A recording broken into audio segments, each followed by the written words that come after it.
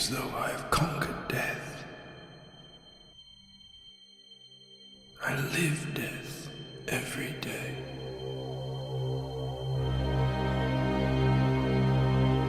I am surrounded by it, smothered by it. Look at you now. He would have everlasting life. You seek to defy death, yet you cannot even defy sleep. And how alike sleep is to death.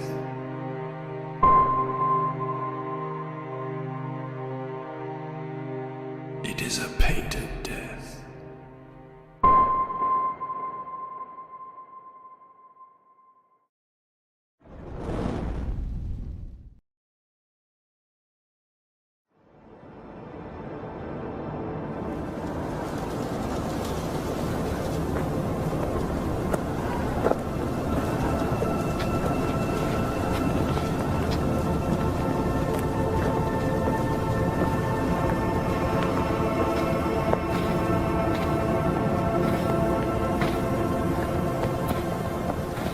My wife, she's missing. I fear terribly for her safety. Some women are just looking for a reason to go missing. She disappeared into the Ahedar Desert, the heart of the Whispering Waste. As suicides go, it has an exotic appeal. I fear she has returned to my former mansion. If you would track her, find her, bring her home. You'd pay me in sad looks and liquor? The mansion was never reclaimed by the tax collectors. Dark rumors swirl amid the whispering winds. Land leviathans maroon amid the dunes and cataclysms past. If my vault is untouched, its entire contents, the wealth of 5 noble generations, are yours. You had your openers and closers reversed. I should warn you, Sir Thief, or Nachtin the boards call it. The dead citadel. Worse still, the Whispering Wastes do not lie empty. Rumors swirl of a figure, stooped and shrouded in grey, face hidden, dragging a silver blade at his side, carving his way through the criminal element of 2 entire countries. None have divined its purpose, and it has only ever spoken one word, one most would not even recognize as a name.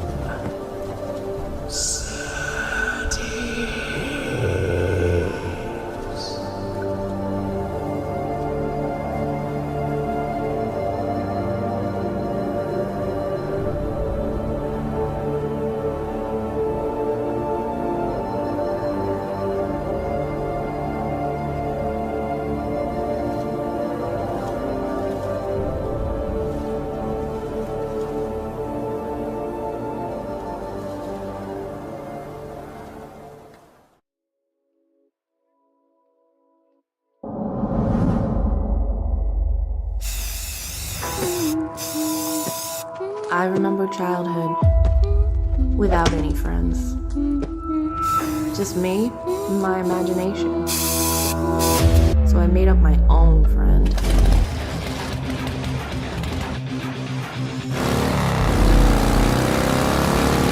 Crim's my best bud. I don't know what I'd do without him.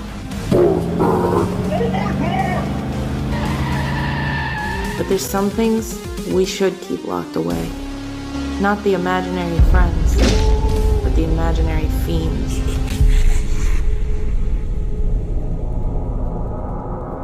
Crim, where are you?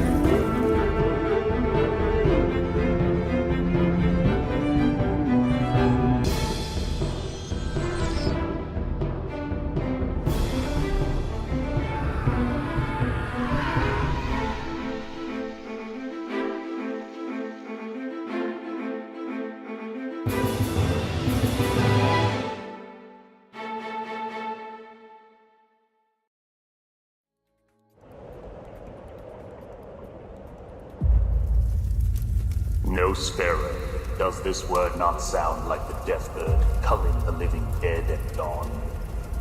It is the name both ghouls and demons dare not say, for they know it means death for the undead.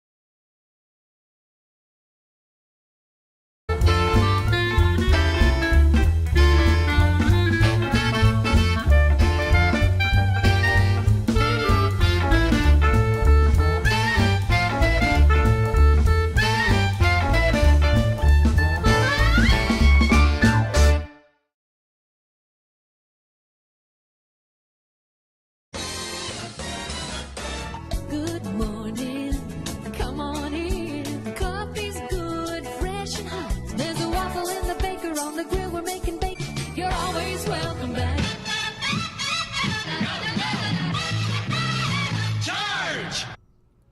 Hello and good morning, all of our good afternoon or good evening or good night, depending on where you are in the world.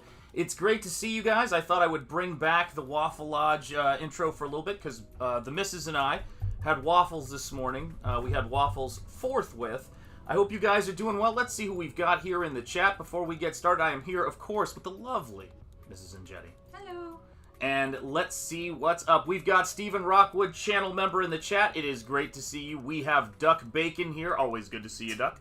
You gotta have bacon with waffles. That's the way it is. American Comics Company was first in the chat today. You're always in good company when American Comics Company's in the house. We've got Lloyd Burton, who is busy at work so that we can be here safe in this wonderful establishment of waffles. Lloyd, I hope you're having a wonderful day and a great Sunday. Thank you for all of your support, channel member Lloyd Burton. You're the man. We've got another channel member, Cranberry Langer, saying Bonjour Enjeti and Madame Enjeti. Hello, chat, as well. It's great to see you, my friend. Let's see who else we've got in here. We've got Charlie Stevenson. Hey, Charlie Stevenson, how are you doing? And we have got, of course, channel member, my homie, Ellie Munoz. It's good to see you, my friend. Hail Sunday and hail waffles. That waffle video was just for you, brother. We're at 555 backers, says Stephen Rockwood on Nosfero the Crypt Walker. Stephen Rockwood, you are the man. Thank you for letting us know, my friend. Snuggy Jr. in the house. How are you doing, my friend? It is great to see you. I hope you are doing well, brother. And the bookmark campaign, man, thank you for having me be a part of it. I appreciate it so much. We've got Mrs. Good Stuff. You can't see me, but I am tipping my cap to you, my lady. I hope you are doing well on this fine Sunday. We have got Weird Beatniks in the Beatnik, I'm sorry, in the house. Hello, Weird Beatnik. Not more than one Beatnik. Just one. Just representing one Beatnik for today. We've got Michael Deach in here. He's saying, hello, ladies. And hello to you, Michael Deach. How are you doing, my friend? It's great to see you. We've got Creative Faye. Hi, Creative Faye. How are you doing? It's great to see you. And we've got, of course, Teflon Ron. Hail, chat. Hail, Shanth. And Mrs. Enjeti. Well, hail to you, my friend. I hope you're doing well. All right, it's great to see you guys. I hope you're having a wonderful Sunday. Mrs. Enjeti has got a project she's going to be working on, and we came to the realization that our kind of high-octane streaming is really perfect for a Sunday afternoon. And I'm going to be working on some stuff, and Mrs. Enjeti's going to be working on some artwork as well. I'm actually brainstorming on an idea right now, just came to me right before the stream, of doing some artwork inspired by the Lucent. So I gotta come up with some ideas just for me. I've been thinking about doing something for the Lucent. I don't know what it will be, but I decided this morning that I'm gonna try to start to solve that problem because I got an idea in my head, and I thought, let's see what we can do. But it's great to see all of you guys here. Please make sure you hit that like if you haven't yet. It looks like all of you guys have. Look at you guys. You guys are amazing on this fine Sunday. And I hope you guys are doing well. Let us know how you're doing in the chat and what the weather's like in your neck of the woods. So, Mrs. Enjeti, you want to talk about what you're working on today? Let us know. Sure. So, I don't do a lot of illustrating. I'm more of a graphic designer, but a friend of mine from high school was looking for somebody to illustrate her books that she writes, and before you get too excited, they're not graphic novels. They are books about how to classify things at the library. So not the most thrilling subject matter, but she comes up with some pretty fun ways of attacking what could be seen potentially as kind of dry. So she asked me to do some illustrations for her first book, and that was this one. And then her second as well, which unfortunately I don't have to show you, but she would give me like, I just need a picture of a cat, and she didn't want to use clip art. She wanted something a little more personal. So she would give me the category, I would come up with sketches, I'd show them to her, and then take it to finish. So this was, I don't know, is this in the good spot? Yeah, you're in a great spot right now. Yeah. This was for cats. She wanted one about dogs and the welfare of dogs, and I'm, again, not an illustrator, so this was very new for me, doing kind of cartoony stuff. She wanted one about, like, killer bees. One of them had to be a killer bee that was traveling to America from the South, which was very difficult to come up with. But this is what it came out like in the finished book. And so that's the dog illustration. Once I did it in Illustrator, the cat with a ball of yarn, the welfare of dogs, which was really cool at a bigger size, but unfortunately you don't get to control how big they end up. This one was one that I didn't show you a sketch for just then, but this was, she has me make these kind of like fake little books that don't, she can't use the real book cover, so she has me come up with one, especially for stuff that's in the public domain. She can use it in there. But yeah, so basically that was... It's my favorite book. That was it. There's another one. Again, the illustrations didn't come out as crisp as I would have liked in the final, but, again, you have little control over that when it's going through a publisher.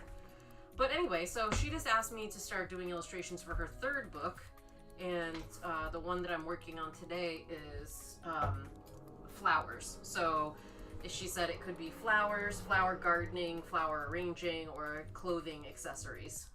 So I'm right now sketching out someone in a suit wearing a lapel pin that's a flower shape.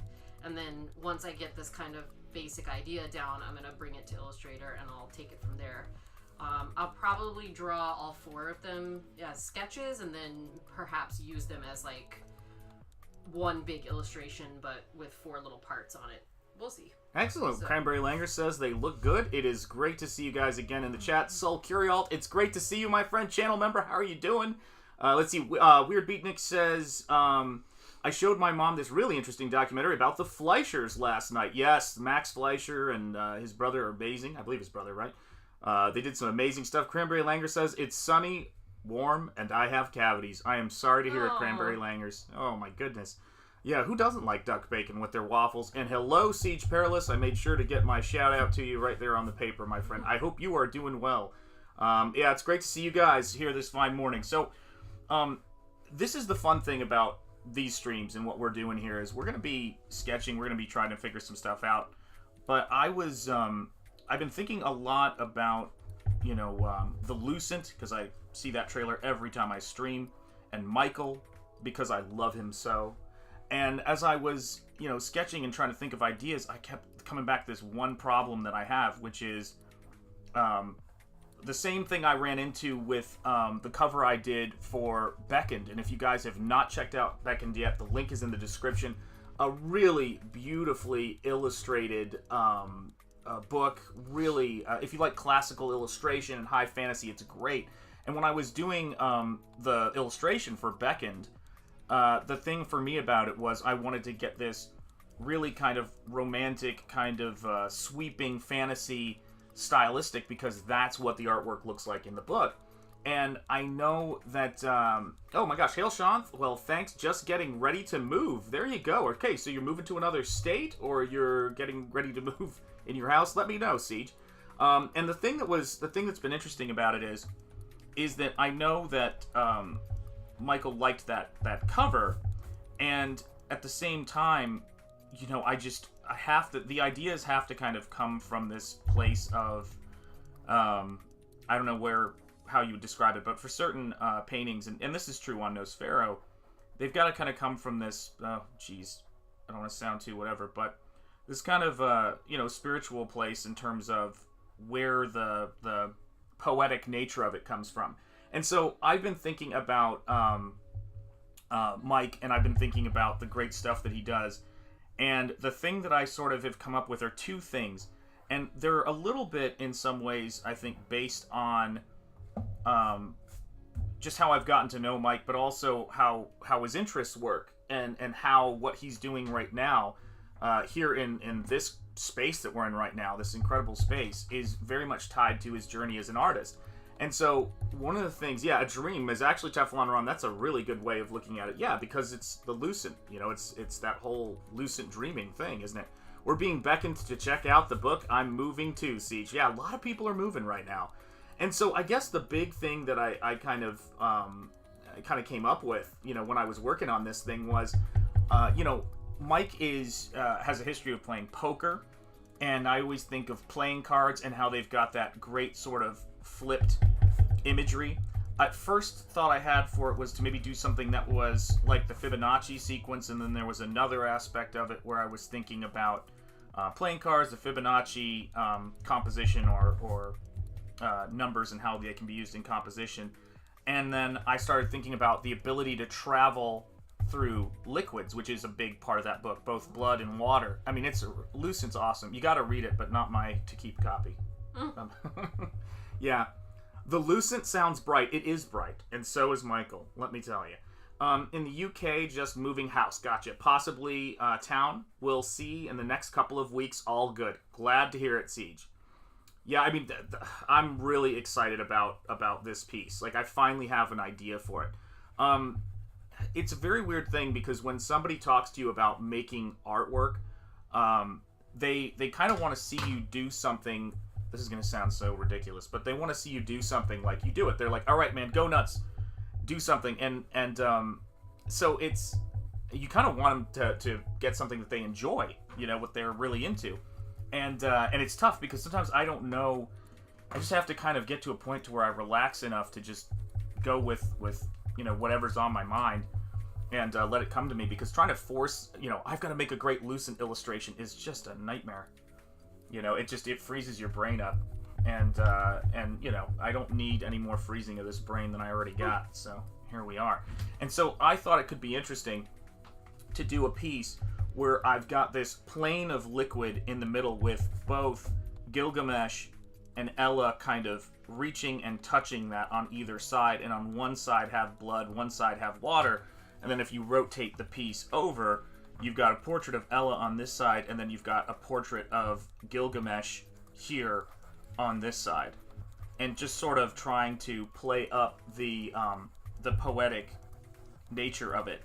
And I just think that just because of Mike's love of Gilgamesh and his love of the history of those characters, it would feel wrong if I didn't tie what Mike is doing right now to the history of what he's into, and then I can sort of take that beard and maybe play with that going into the hair. It's a little soon to be thinking in those terms, but that's sort of where I'm at right now with this piece, is thinking about how I could do that. Let's see here. Do you usually have these spiritual inspirations for your art, or is this recent? Usually. Yeah, I usually do. Yeah, Fibonacci. Yeah, absolutely right. Thank you, Teflon Ron. It was rough, man. Man, I want to read the Lucent, but in a money crunch right now, it's so good. Michael is... there's a reason for a million and one other reasons, but there's a reason I like to play the trailer for the sequel on this stream, because Mike's a terrific guy, but also I just think he's a pretty impressive artist. And I said that to him last time I talked to him, so there's a little bit better of an angle for you guys. Let's see here. Wow, sounds intense. Yeah, the process is very intense, man, for creating this stuff, and with Nosfero, you know, I mean, it's a strange thing, because when you're at this point where you're doing layout and scripting, it seems so much better, I gotta be honest, on this state, you know, at this point in it, because I'm like, oh, it's done. I can see it. You know what I mean? And, but it's nerve-wracking before. It was nerve-wracking, because I didn't know where it was gonna go. I didn't know how this thing was gonna come together. And that's how it is. I think that's how it is for most of us. You know, we're just trying to come up with stuff. And oh, Sorry. you all right? Yeah. No, you don't have to apologize. You're fine. As long as you're okay. As long as that wasn't like, you know, Nope, it's my phone. my arm or anything falling down, then we're good. But yeah, and so it's you know, when I'm working on something like this, I'm gonna rough in. So there'll be a small portrait in this sketch, and there'll be a small figure of these characters in this sketch, and then there's going to be a larger portrait around them, and that's what I'm really going for. Hey, what's up, Crenshaw? How are you doing? Hail to you, my friend. I hope you're having a wonderful Sunday. Nice illustration of the boutonniere suit. Yes. Mrs. Enjeti says Cranberry Langers. There Thank you you. go. We can hear a tapping sound and then something collapsed. Perfect foreshadowing. Yes, you're absolutely right. That's how we do things here. Yeah, absolutely. And so this is gonna be it's gonna be interesting right here. A little bit old school, you know, heroism, which you know we do here.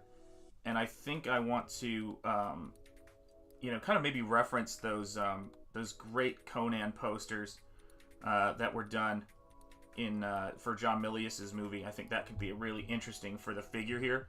I'm not married to it yet. I'm only married to Mrs. Enjeti. Oh. But we'll see. It's got to be good enough for my you know, my other wife or husband, Michael, down in Australia. Mm-hmm. You know, it was so funny. When they were doing, I don't even remember what it was for, but it was like their favorite pinups. Oh, from CG Vacation. Michael, as a joke, said mine wasn't in the top 10, and I was watching it, and I was like, all right, cool. I want to see what Michael likes. I didn't think of it. And Mel wrote in the chat, Sean's gonna break up with you. It was hilarious, man. It was hilarious. Let's see here. Yeah, absolutely. Yeah, let me know if I've got music going on in the background too, so you guys might be hearing that. Tapping sound? Like, there's a beat? Yeah, beat. Oh. Can you guys hear that? Is that too loud? I had some music going on in the background of the stream. I can play music. Oh. So I just wanted to make sure, yeah, that's what you're probably hearing. How much do you force your vision on the characters and story over letting inspiration the characters write themselves? Oh my gosh. A little of both. It's probably hard to tell. It's hard to tell, but I will tell you this. When I try to force something, it never works. Is generally speaking. Like, I force myself to sit down and paint, but I can't force... what's the word I'm looking for? If I hit a wall, I have to step away and move on to another page. I think that's the great thing about comics, is that you've got so much work to do, you're never at a loss for somewhere else you could be doing work, but when a page isn't working, I can get target fixation and have trouble breaking from it. And then it's like... It's not even just about not working on it, it's about taking it, putting it facing the wall, or where you can't even see it or think about it. You have to do it. But yeah, absolutely. It's one of those things I definitely have to balance out. Gotta go, but take care and draw well. You too, Creative Faye. Have a wonderful day. A little loud, thank you. I thought it was a little loud. There we go. Let's bring it way down. Bring it way down. Let's see here. The Force? Yeah, I know. Oh, yeah. There we go. Okay, even if it goes completely... crazy directions, ideas you had for your story, little difficult. Let me see. Okay, even if it goes on a completely crazy direction idea that you had for your story, a little difficult. Yeah, I mean, well, here's the funny thing about it. The more time you spend kind of, you know, playing around creatively with your work, the more that you're able to, it's more controlled. So it's like when you see an athlete or a boxer and they look like they're loose, but it's all the years of work that they've been doing that allow them to play. I play within the bounds of Nosfero when I'm working on it. So it's not as if I come up with something that's from another idea, because I'm 100% in that zone on it when I'm working on it. And so, yeah, it never it's never something that's so completely out there. And I know when it is. Like, if I come up with an idea or think of an idea, I go, oh, not for this project, put that away. So there's a little bit of real-time editing. Bancroft, the brother husband, where does that leave Rob and Camel?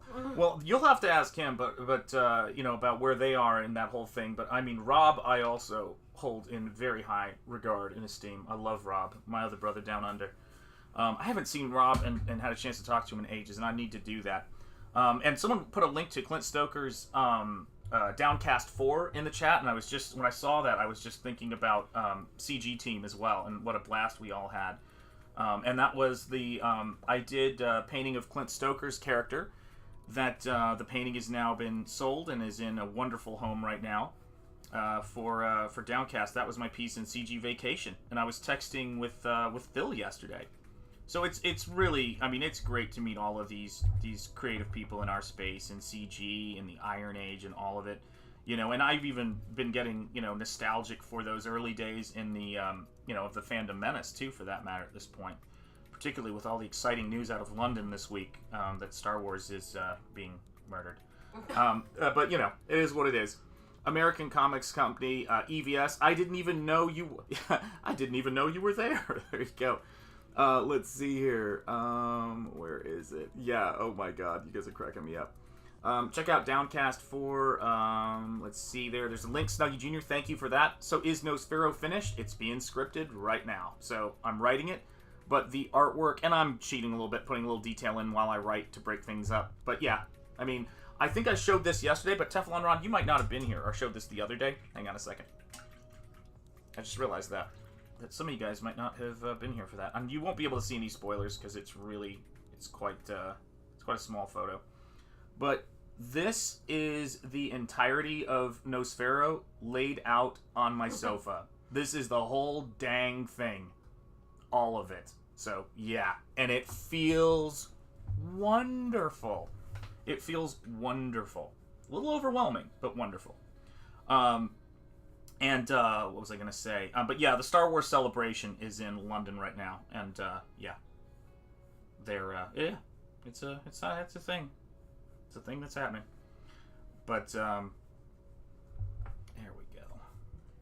It's strange because, Gilgamesh, there's a statue in Australia of Gilgamesh, but he has a lot of, you know, different portrayals of him. You know, with the artwork that portrays him is very abstract. I don't know if I've seen a piece of him that, in terms of a painting of him, that I've looked at and I've gone, oh yeah, that's the definitive one outside of the more old school classical sculpture. So it's tough to say. Pause, enhance. Yeah, do you want me to zoom in? Hang on a second. Let me zoom in on that. Sorry, I know that's a little.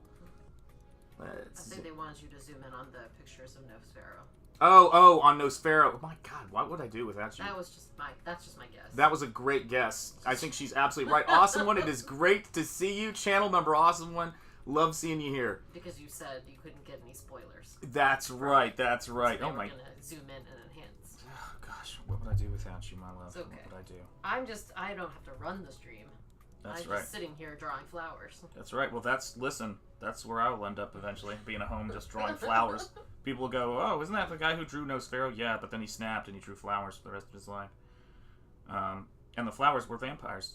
So let me see here. I could put some little vampire teeth on these daisies, but I don't think that goes with her yeah, plan on don't lose the job. On how to classify flowers in the Dewey Decimal Catalog. Yeah, let's not lose the job. Oh, I love seeing the Speakeasy. Channel members, I love when you guys post those custom emojis. I had a ton of fun, even though they're not showing up on screen there. I had so much fun making those, and I gotta say, every time I do the channel member credits and everything on this show, it is such a blast. And I just feel really inspired today, man. I just, this weekend, I've been kind of going through the stages of Nosfero grief in the best sense of, you know, just kind of, it's like you're working really hard on something for so long, and you get to that point to where it's like coming home from a long distance drive, and you're about 5 miles from home. That's when you got to focus the most, even though you feel like, you know, yourself relaxing and going, okay, we're there. That's when it gets you. That's when it gets you. You gotta be careful. You know, you gotta be careful. And everybody's saying hello to Awesome One. Sporking News needs some emotes, and he has more subs. There you go. Well, you know what's funny is, you know, my other brother, I've got my brother Gabe and brother Jericho, who I work with on Double Impact on Gabe's channel. And of all of us, I think Jericho obviously has like 300,000 or something subs, but he didn't have an intro for the longest time. And I mean, he seems to be doing all right, but they are fun to do. And I told him, hey man, if you need something, just holler at me, you know, because he's been promoting the hell out of Nosfero and the stuff I'm doing, and is just a good dude. So yeah, there we go. That could be interesting. There we go. So I mean, you guys can kind of see, you know, this idea I have for the Lucent is you know, it's gonna give me a chance to do these two kind of vignettes, because there's no, I mean, if you've read the Lucent and if you look at Michael's work, it's not an easy story, or at least for me anyway, to just put down like one character standing there. Although I don't know if there's anything I feel that way about, because I always try to put as much into it as possible. But there's something about it that I find would be kind of a betrayal of the idea or the concept if I didn't, you know, put it together in such a way that it was, you know, again, it had that kind of poetic quality. So I want to create, you know, some landscapes in here and a landscape in there inside of these silhouettes if I can. And I never feel like I've gotten Ella figured out yet, too, in terms of her portrait. Because I know, I look at Michael's drawings of her, and I know I can see her, but then it's like I'm trying not to paint exactly Michael's drawing, because that's boring, you know? And I don't want to do that to him. I want to give him something new. But yeah, you guys know how it is. Everybody saying hello in the chat. Good to see you. Oh, and Mrs. is an artist, too. Cool. Yeah, absolutely. She's here working. And we're having a great time with you guys on this fine Sunday. And, you know, I always say this is that... That's how we met. That's how we met. Yeah. That's right. We met. In art school. In art school. Kind of crazy. We're still together. That's right. 23 married and years? a half years later. That's right. Yeah, and married. What was it? 20... About 26 or 7 now? Well, we were together almost 4 years. Oh my god. Or have we just hit 4 years when we got married? I honestly can't remember. Because it was the fall, and we got married in the summer, so we were either right up on, I think we were right up on 4 years. Yeah, I think we were just about to get to 4 years of being together when we got married, so that would be 27 years in the fall. Dear heavens. Look at that, guys. Been together. Wow. I know, right? How are you still standing? I don't know. I mean, that's kind of crazy. And, you know, it's a funny thing, too, because, you know, when you're doing this kind of stuff, I always think that it's a lucky thing for us that we can, you know, kind of talk shop a little bit about what we do, because it's a very weird experience. Well, it's nice having someone who knows about art to show an illustration to, or, you know, a concept for something, because you know they know whether it's good or not. You know, not just that gut reaction, but like, because a lot of people who don't draw or paint, you know, for them, seeing somebody do art is kind of magic. So we kind of know behind the scenes, you know, what it actually is like. Oh, yeah. Absolutely. But you can actually tell me if something looks good or not, and I can trust you that you would tell me if it didn't. Yeah. Oh, absolutely. You know, it's like I could show it to my mom and be like, does this look good? She's like, oh, it's the best. You know? Well, we had very different parents. That's not helpful. Why not a... well, I know, but you know what I'm saying. I know what you're saying. Like, you wouldn't spare my feelings just to spare my feelings. You'd want me to do it right. Awesome one says, don't forget to add stairs. There are more stairs than characters in Bancroft's work. Well, you know what's so funny is that when I think about his stuff, I was thinking about stairs, and I was thinking about one of the artists I was thinking about for this piece is, like, I think of people like MC Escher, of course, Alphonse Mucha, who's kind of my go-to for just about everything. And but yeah, I mean, there's a great sequence in Tarsem's movie The Fall. I don't know if Michael's seen it yet, but I think it could be, yeah, it makes me think of his stuff. You remember that thing, where they measure the water levels or whatever, or the grain levels? I forget what it was. That's what that's for? Mm-hmm. So that they can tell what stair it's on, tells them, like, how much. I had no idea. Yeah, I didn't know what that thing was for. Wild. Absolutely insane. It looks like an MC Escher drawing, though. Yeah. Well, actually, MC Escher apparently saw it and was influenced by it. I so would imagine, yeah, That makes sense. That, to me, that looks like an accident waiting to happen. It's kind of like where Bane is from as well. Yeah, oh yeah, where he's in that pit. Yeah, that's right. Pit. I'm I'm trying to talk comic books. That's right. Oh, but listen, you don't have to work hard to talk comic books to Well, impress guys. I kind of have to work hard too, because I'm not, you know. No, I mean, all you have to go up to a guy is say, Yeah. is that Spider-Man? Yeah. Like, I mean, back in the day, we used to be pretty easy, you know, sales, you know, for that kind of thing. Well, you know. Yeah, I do know. Trust me. Let me see. I picked up a lot from being with you. Yeah, I hope so. Before I met you, I only read Archie comics. Yep. And before I met you, I'd never had cream cheese before. So, you know, we all kind of benefit. Cream cheese and comic books. Most, Two great tastes that taste great together. That's exactly right. But waffles, you know, we'll always have. Well, waffles are the best. They are the best. Ella is a tricky character. Because a lot of what makes Ella is her fashion. She's got, like, Michael likes to do these really cool coats, you know, like the big coats with the collar, like the rain kind of coats like you'd imagine in London and things like that. That's this thing I love about his stuff. What is up, channel member Hunch, the Dirty Roofer? Shanth, now she just needs to show with with a pulled pork sandwich. That's absolutely right. Yeah, I know. That's totally what it is. That's my fan base, is all that kind of stuff. I mean, oh my god, made me hungry. We start talking about food on Double Impact sometimes, and it's miserable because we all are hungry and can't get anywhere. Yeah, because it's like the middle of the night. Yeah, it's bad. And we don't live in a metropolis that's open 24 hours a day. Yeah, I know. It's rough. They roll up the sidewalks at 9 o'clock. Mm-hmm. You know it. Let me see here. I always loved that expression, roll up the sidewalks. I know. I like the thought of, like, little guys coming out and rolling up the sidewalks at night. Yeah, and there was it's a great image, you know. Yeah, it is. Well, that's what I don't think I heard that till I was up here, because I was from the land. A Southernism. It is, but where I lived in the South was one of those places, so I guess maybe we hadn't heard it yet because they were referring to us, you know? Like, we never referred to other places as being that, so. I don't know, maybe. You never know.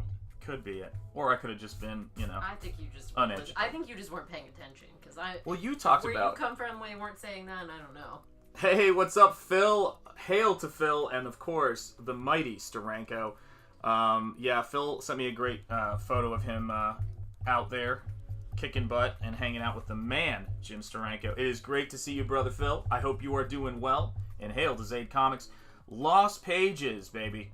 Lost Pages is what it's all about, guys. Make sure if you haven't backed that book yet, you back that book, because that is one of my favorite worlds and universes in this whole Iron Age CG space. It's just got, you know, I don't know. It's how to describe it. It's pulp, but it's not retro by any stretch, and it's just you got a whole bunch of different characters that you can go down this rabbit hole with and learn stuff about them. You've got, you know, the Silhouette, you've got CRIMSTONE, you've got the Masquerade, and if you haven't backed it at the first issue yet, that's kind of your entryway into all of those great characters. CRIMSTONE's the one I drew on that other stream, right? That was your first comic book drawing. That's right. Absolutely. Let's see. Oh, does Mrs. Enjeti know about Pastamania? I don't know if I've ever told her. Did I tell you about Pastamania? What's that? Oh my gosh. So we do this thing... where we reference this defunct Hulk Hogan restaurant called Pastamania. Oh. And the boys do voice. I can't believe I haven't told you about this yet because you're asleep. Me that one. Yeah, I'm so it's like when you're doing when you come to Pastamania, brother. Like it's oh that. Oh my god. Yep. It's. I really am sad that doesn't exist anymore. Really, I know. Really sad, because I would go there like immediately. Yep. I mean, there's. I mean, who would pass the chance up to go to a Hulk Hogan themed pasta restaurant? I don't know. Nobody American. That's what I'd say. That's insane. And our kids would be like, "Who's Hulk Hogan?" That's right. You never know what they know, though. That's the creepy part about it. Yeah, well, is it a meme? Yeah, if it's a meme, then they probably know it. They know it if it's a meme. They know everything is a meme. It's kind of weird. Oh, that's that person from that meme. I think that's what it'll be like. Right. You know, in the future. Oh, it's like, so you're that person from that meme. Let's see here. Let me see. Awesome One's got the cheese there. Sorry, driving from, is it Broussard to Baton, Boca Raton, is that, no? Broussard? Yeah, Broussard to Baton. Oh, Baton Rouge. Sorry, I didn't even read the second line. Baton Rouge. God almighty help me. And text to talk is finicky. We'll hunch the dirty roofer. You drive safe first and foremost, my friend. Absolutely. Yeah, we love the pasta mania here. We love carbs here. It is what it is. Yeah, and hail Zaid Comics.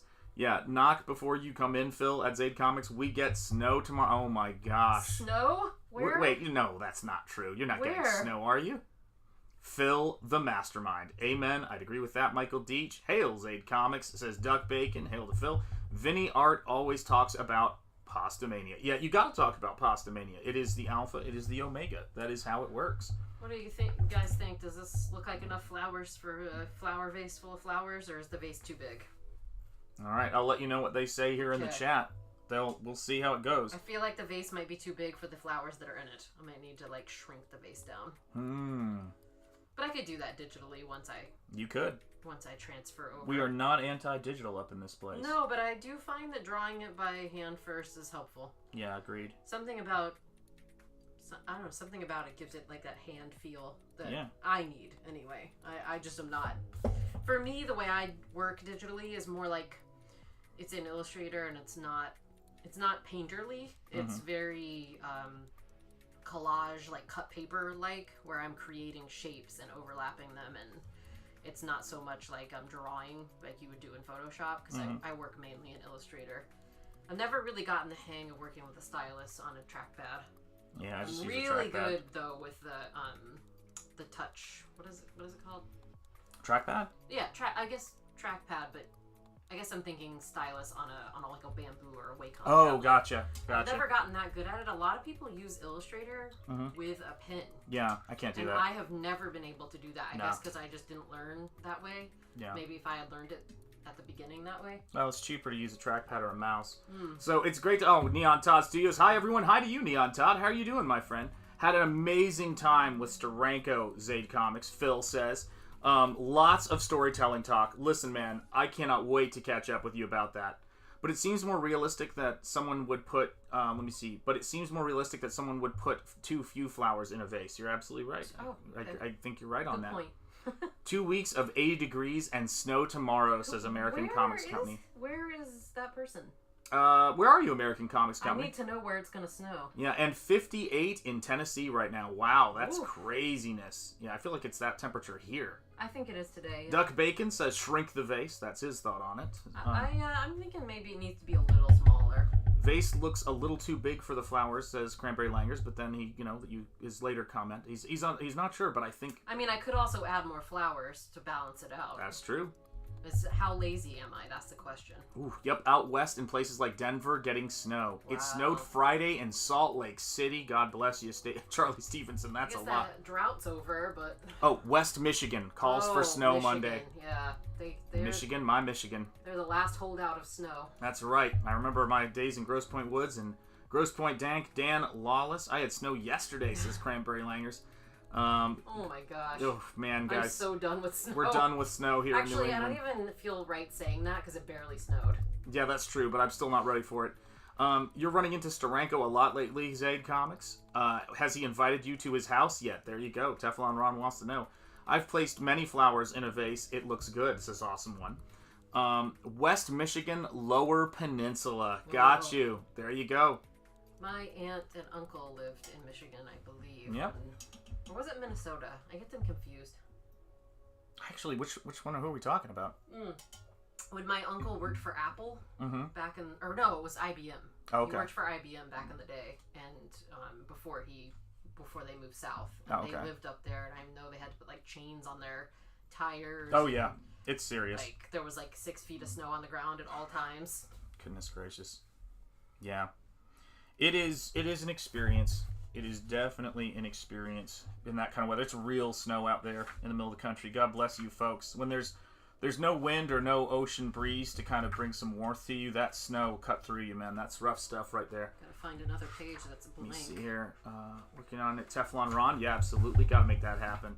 Let me see. Well, it is too big, which catches the eye. And it maybe is more realistic than perfectly proportioned vase to flower ratio, says Cranberry Langers. Cranberry Langers is bringing the thoughts here.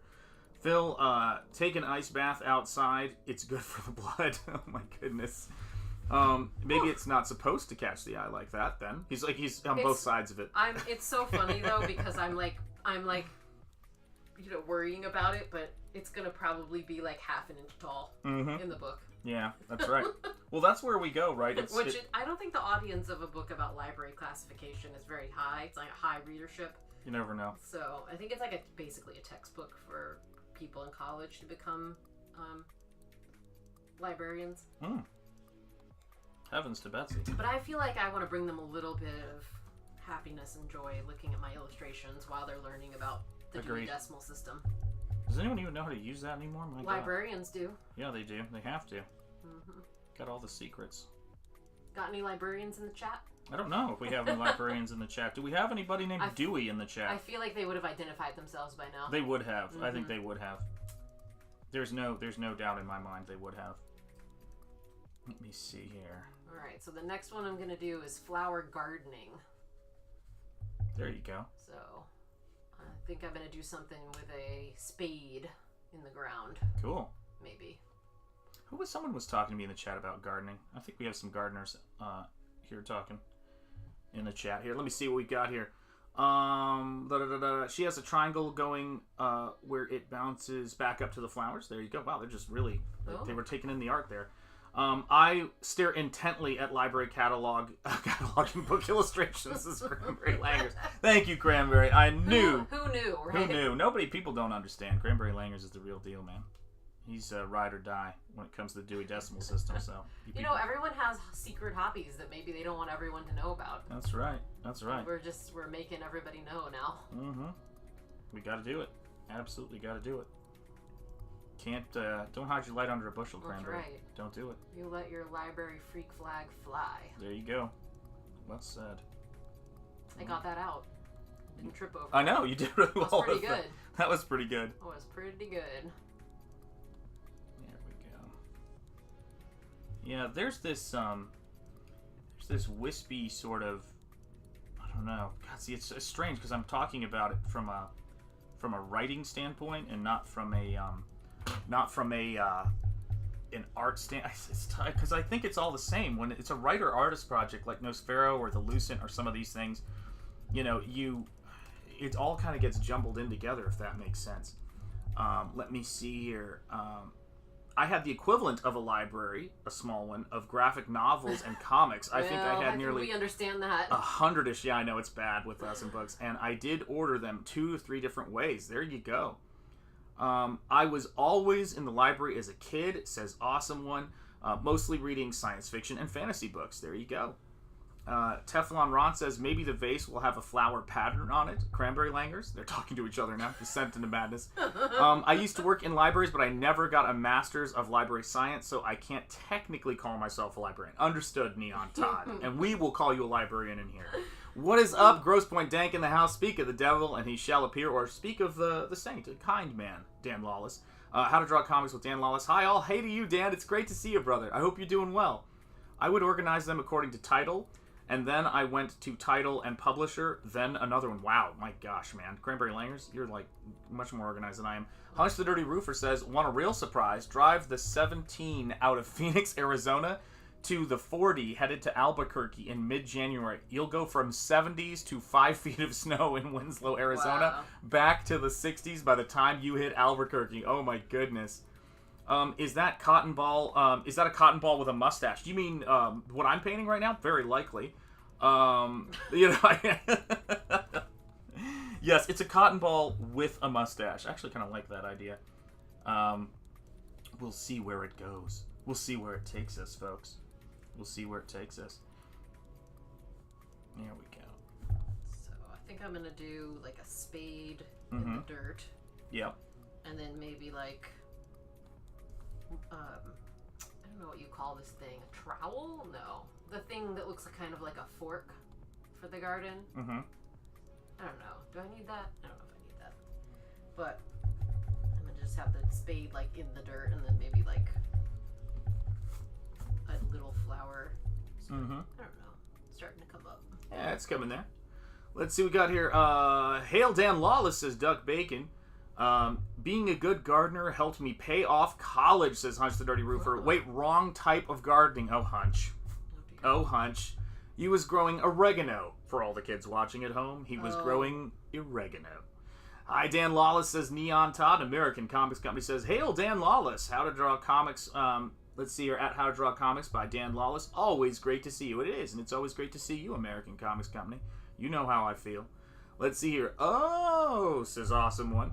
I spent a lot of time in the library hiding from the truant officer, says Doc Bacon. Hey, whatever gets you through the night, whatever gets you through the day. I do let my library freak flag fly. I can't. I got it out. I guess killed me. I can't do it, man. I can't do it. Oh, Lord. Let me see here. Here we go. Guys are the best. Thank you guys for being here, and thank you for all of your support, guys. To all my channel members, thank you for those. For all of you folks who've sent super chats this week, thank you so much. We do appreciate it, and every little bit helps. And thank you guys especially for backing Nosfero the Crypt Walker. It is great to be at this point in the marathon and to be wrapping things up so that I can start to really get to see this thing that I've been working on for so long. It's a really good feeling, and it just would not have been possible, obviously, without all of your amazing support. So thank you. It's funny, every time I'm painting faces right now, I keep thinking of Nick Alm stuff and getting freaked out because that guy is so good. Do that. God, he's so good. I mean, that dude is one of the best. It's best not to think about that when you're trying to make don't something. think about Nick Alm if you can avoid it. He's too good. I came back from a friend's wake and bake stream. Oh my goodness! I don't smoke or bake, but I like the streamers. There you go, man. Yeah, probably hundreds of hours in the library just wandering around perusing. Yeah, absolutely, you got to do it. Cheers, Neon Todd, says Teflon Ron. Yeah, right on, man. Yeah, there's the thing for me about it is I remember when I'd go to the library. We just did not have that many art books in our library, and I've always appreciated having access now as I'm older to a good art book library, because it really is good fuel. And anybody who's got art books that they're looking to get rid of or whatever, never hurts to ask somebody if they're trying to build a library, or ask a library if they need the books. But yeah, get it into somebody's hands who it's going to inspire for sure. That's the kind of cool thing about book collections. No idea where this thing is going to go, but we'll see. It's part of the fun, I guess. Yep. Yeah, I do a lot of my art not really knowing, especially more of my abstract stuff. I don't really know when I start. I just kind of start with a shape or something, and just go from there, and just whatever happens. But I guess that's how it always goes with abstract. I don't know, maybe not. Some people may have a plan, but I guess I feel like I don't want to have a plan, because then it takes away from the excitement of seeing what happens, because you don't really know what you're going to get when you start. Well, that's your favorite quote, isn't it? Begin with an open mind. So. That's right. There you go. Yeah, we're kind of figuring this thing out here. I think we're kind of getting here. Let me see if I can do an adjustment right here, because I want to see. The cool thing about our setup right now is that I have access to there we go, to the color, and I can kind of color correct this thing a little bit, warm it up. There you go. It was a lot more yellow. That's what you're seeing right there, is a little bit closer to what I have. There you go. And you can sort of see that the thing with something like this is me really trying to kind of get that dynamic interplay between those two characters. Let me see where I'm at with the zoom here. There we go. Let's zoom out a little bit so you guys can see it. There you go. Now you guys can see it a little bit better. So yeah, it's going to be two characters, and they're going to be sort of interacting. Like I said, I have no idea what this is for or what this is about, but that's where we are. Was thinking of seeing Mario, maybe. I've heard nothing but great stuff about it in terms of it being a fun escapist movie. That would be fun to go see. Yeah, absolutely. We should go see that. Yeah, we should. We should, just we'll not in take 3D. The kitties. Yeah, I know. That would be fun. Let me see here. Have you and Mrs. Enjeti seen John Wick 4, Shanth? We just saw John Wick 1. Yeah, that's right. We just watched John Wick 1 for the first time. Seen it.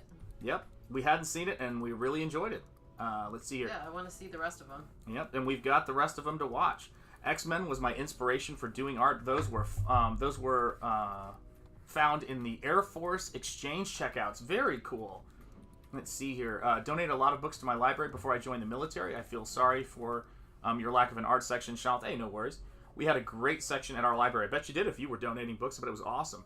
Yeah, and Mario sounds like a great plan. Awesome one. That sounds like a great plan. Great graphic novel sections as well. I'm trying to make you jealous, Shanth. That's all right. My library was next to a Chuck E. Cheese. Well, you guys know our that. current library has It's great, yeah. decent stuff. They have a whole graphic novel section. Mm-hmm. You would have to leave the house in order to see that. I have a great graphic novel section, too, so there you go. Actually, I should take one of your books down there and see if they want it for the library. That's right. Once it's printed. Once it's printed, yeah, that's right. There we go. See if they want to acquire it. Mm-hmm. Oh, yeah, that'd be wild. Oh, my goodness. I still cannot believe some of this stuff the last couple of years. With the art books, it's so bizarre every time I see those. There we go. That's starting to come together a little bit. I think we're getting there. Let me see here. Teflon Ron. Say what? Well, you'll love the rest of the John Wick movies. They only get better. That's what I've heard. Yeah. Oh, that's, really? Well, yes. I really liked the first one, so that's good news. So they had the 3 of them for sale on iTunes, so I just got the 3-pack because I figured there wouldn't be 4 of them if they had gone downhill. Right. Was my logic on that one. So the 4th one is in theaters now? Yes, the 4th one's in theaters now, and then there's... And for those of you who have seen all of them, do you have to see, are they in order? Yeah, that I can tell you. Are they standalone? They're in order. Okay, so I have to watch the first 3 first. Okay. Yeah. Alright, well... The 4th one, it sort of turns into a science fiction space opera. I'm kidding. No, I'm kidding. That'd be terrifying. But I wouldn't put it past the world today. But I think Keanu Reeves has got pretty good control over the things he does because he basically can sell almost any movie. Well, he's Keanu. He's Keanu, that's right. I mean... He's an FBI agent, folks. What are you going to do? There we go. And then... I think a little picket fence there in the background. And some tulips that haven't bloomed yet. Oh. Or maybe they have one bloom. Yeah, this is definitely going to be a trip. We'll see how that shakes out. Let me try the other side for a little bit now. Let me flip this around to this cat right here.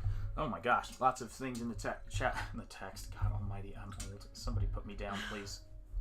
Let me see here.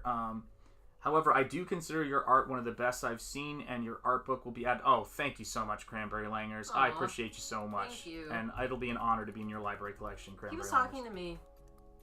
Yes, that's true. It was. I apologize on behalf of the hotel.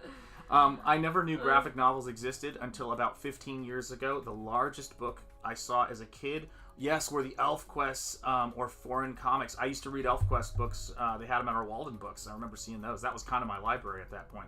One of my favorites, Shanth. I don't have many books left now, as I gave most of them away, which I slightly regret. Yeah, I've been there. I didn't like ElfQuest. Don't kill me in the comics. That's right. That's right. There you go. He's the reason why I say the word, dude. Okay, there you go. You are? I don't know. Oh. I feel like watch Bullet Train 2 since you liked John Wick. There you go, Teflon Ron. Wait, Bullet Train 2? No, Bullet Train as well. Sorry, oh, not the I did. You did see it. I did. I There you have go. actually seen that one. Yep. There you that go. was pretty fun. Yep, there you have it. Oh, in the comments. Gotcha. Kill you in the comments, not the comics. Gotcha. I got that. There you go. You guys have got it. So let me see. Now, yeah, this is going to be the real trick because I know what, obviously, I know what Michael's Gilgamesh looks like, which I'm going to kind of pay attention to.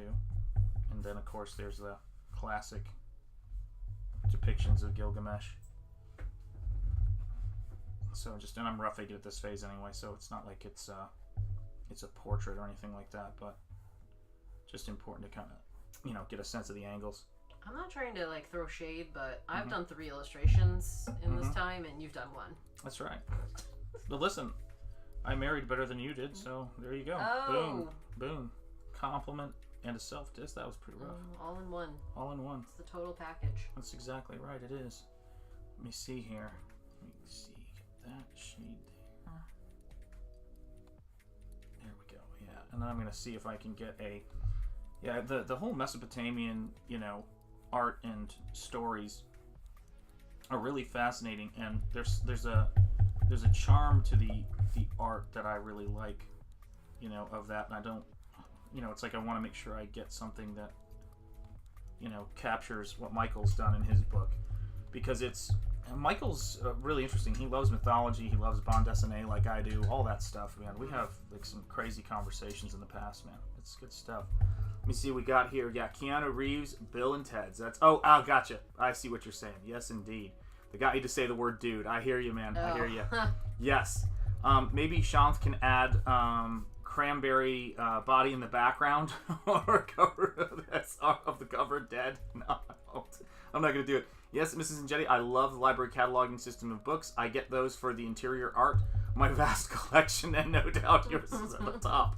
See? We're uncovering a lot of the huge Dewey Decimal System card catalog fan base right now. You just never know. I think we're pretty much #1 at that on YouTube. The biggest, most popular card catalog Dewey Decimal System based YouTube channel. That is my goal. You gotta learn it somehow. Yeah, you do. And a well-illustrated book is the best way. Best way in the world to do it.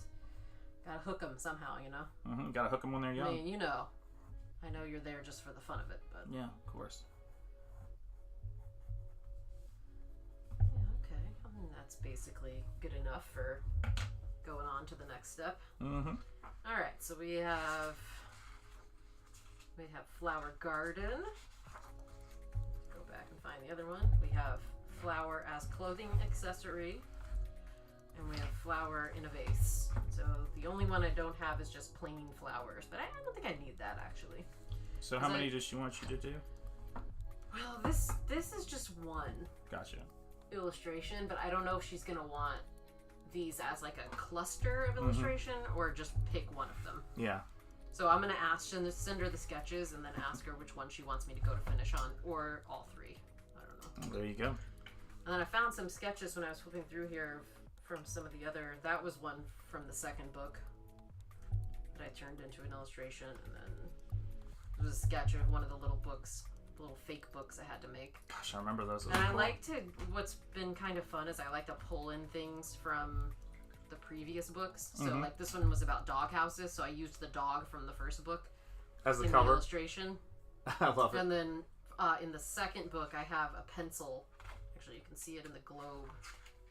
There's a pencil right there. I made that in Illustrator, and I'm pulling it into one of the new ones. There you go. The How to Draw Pigs one. Which I don't have a sketch of the cover, but I do have a sketch of the pig. There you have it. Let me find him. And so let's see. Awesome One says, my favorite meme is drunk 3PO sleeping on a couch, flying around the planet. There you go. I actually really like your art. What I've seen, Mrs. Enjeti, your paintings, mixed media especially. Thank you. That's very cool. Yeah, most of the Mesopotamian art I've seen in terms of the stuff I've referenced has been some of the engraving, some of the pottery work, some of the sculptural stuff. But then there's been some work that is, old school, or sorry, new interpretations of kind of the old school aesthetic. And there's a very famous statue on one of the college campuses in Australia of Gilgamesh, which I was really amazed to see. It was a great sculpture. Let me see. Oink, says Awesome One. There you go. Nice globe, says Cranberry Langus. If I hold my computer under there, will it show? I don't know. Let's try it.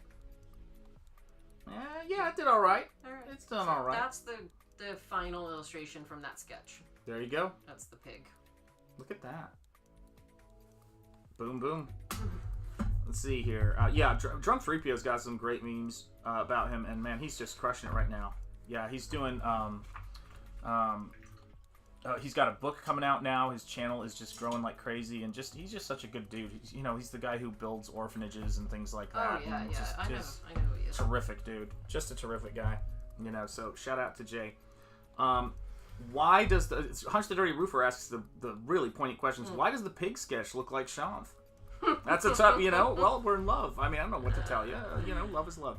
How about Flower? Don't forget the homophones. I got you. Flower. F-L-O-U. I got you.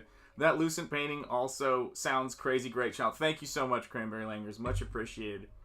Oh, you gonna animate Piggy? I don't know if we're animating Piggy, awesome one, but you Actually, never know. you could. You could. You have the pieces. Oh yeah, that's right. You could animate the little piggy. You could animate this little piggy. Went into animation. This little piggy stayed home. That's how it goes. So I think I'm gonna do. Gosh, it's so funny how much fall on the cliches in terms of certain things. But I think I'm gonna do a dark on light for this figure, and then light on dark for the other figure. Right there we go. So that way I've got the exact opposite of what I'm doing with Ella on the other flip side of it. So you see here. And again, no idea where all this is going.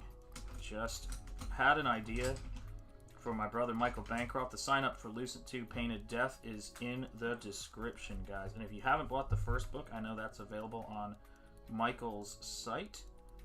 And yeah, guys, don't miss out on it. It's a great book, and I cannot wait for the launch of the sequel. It's going to be awesome. It's going to be real awesome. Also, there was a music trailer released I just saw by Eric Weathers for Battle Brick Road 2. I'm really excited about that, too. So if you're not subscribed to Eric Weathers' channel, please subscribe to his channel and check it out. It's really cool. He has a musician composing music for his book, and it's great. Oh, no worries. The cameras are locked at the table anyway. I know, but I banged the table. Oh, it's an hourglass. It's an hourglass in Gilgamesh on top and Ella on the bottom. You got it. That's exactly what we have happening. I've seen that mask. Siege Perilous. There you have it. What did I miss there? Let me go back. Siege Perilous. Ah, yes. Teflon Ron. Akkadian face mask. There you go. Inbound. Gotcha. Let me see here. Or Gilgamesh on one side, top, and Ella on the other side. Yeah, guys, you guys know, man. You guys are awesome. Yeah, the thing for me about doing this kind of stuff is I want to give creators as much opportunity as possible when I do artwork of their characters to exploit it, to use it as many ways as possible, and to give people who are buying it options. So the idea of the beckoned piece, being able to be a print, being able to be, something that could go on a t-shirt. It's the same thing with Lucent stuff. And if it could be, a high quality print for the person, then that's the stuff I want to do.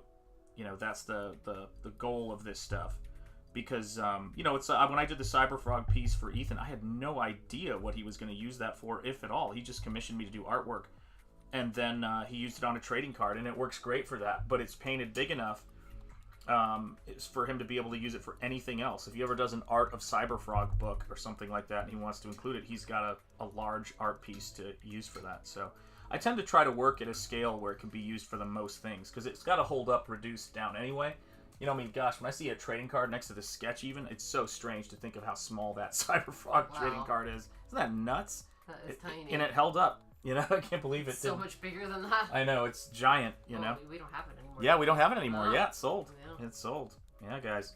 ShanthEnjetiArt.com. You can get original artwork there. There's still some pieces listed up on that site, so do check it out. Sheeple Hunter, it's great to see you. Hail to you, my good friend. How are you doing this morning, or afternoon, I should say, or evening? Let's see. Gilgamesh on the side top. You absolutely got that right. How much professional art do you have published, Mrs. Enjeti? Lots of interior art you do for books. I'm saying aside from your art you do for classes. So, like... well... West Elm is considered published, I guess. I have, in terms of things in books, I think just these illustrations. Well, right? no, there's, you did the graphic design. Well, I do a lot of print graphic design, so, nothing they're not always in books, but they're, brochures, business cards. Yeah. I feel like there is something else, though. I do so much I forget what I do. Let me see. A lot of, things for events I do. Illustration, though, this is pretty much my main thing that I've done for illustration. I've done a lot of graphic design, but illustration not as much, because I just don't generally feel that comfortable, but I'm getting more comfortable with it, even though that's what I majored in college. Mm-hmm. But I didn't have a lot of confidence when I graduated, so kind of just... You ended up marrying me, and, it happens. Well, because you didn't have a lot of confidence. I just think that... I love how earnest you are. God bless you. But you've done a lot of graphic design for a bunch of different publications. You did the garden plan book for I designed a garden. You did one of your paintings was used for in West Elm for their home furnishing things, became really popular.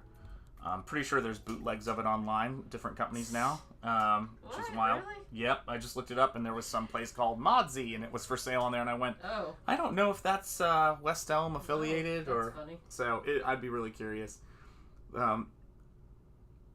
Grimberling goes, that's great though, not the no confidence part though.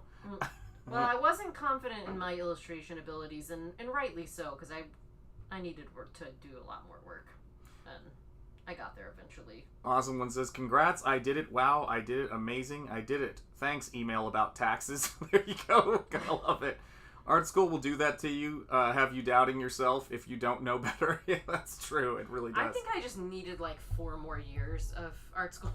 But unfortunately, that wasn't in the I think you budget. needed to get to where you got to with graphic design exactly when you got there. Yeah. You know, it was just perfect timing. Graphic design was something that I discovered I was decent at, like when I was a senior at art school. So You found you at loved that it point, too. I really couldn't switch majors without, going back and taking a lot more classes. So I was like, you know what, I'm just going to do it. And then later I was able to take some classes online, learn more, take some classes in like a continuing education program. So, I mean, I've just been picking up knowledge as I go, and not to mention the fact that because I'm a teacher, I have to learn things to keep current and know what the kids are, What the kids are doing. what the kids need to know, as they're graduating from. I mean, when I think about what I did in high school compared to what these kids have access to, it's just incredible. Oh, your students are better than some college students. They have access pretty to amazing. like the whole Adobe suite, which I think was just barely invented when I graduated from high school. So, I mean, I think it was around, but it wasn't used Widely. There weren't enough widely, college professors yeah. who knew how to teach it at that I mean, point. even in art school, I took that one class on computer graphics, and like the teacher barely knew anything. Yep. And was like, here, just figure out Illustrator, just play with it. And it's like, well, anyone who knows anything about Illustrator knows it's not really. Yeah, kind of know a little bit. It's not really like a thing you just play with to figure out. You can, but it's helpful to have somebody to at least point you the right direction so you don't get frustrated and give up on it. Which I was about to, but then you took that class. Yep. At the CE. And shocker, I turned out to be able to teach things. And you helped me. You helped me get past that hump as far as, and also teaching it to the high school students. They constantly were coming up with questions I never would have thought of. Yeah. And so I had to figure it out and help them.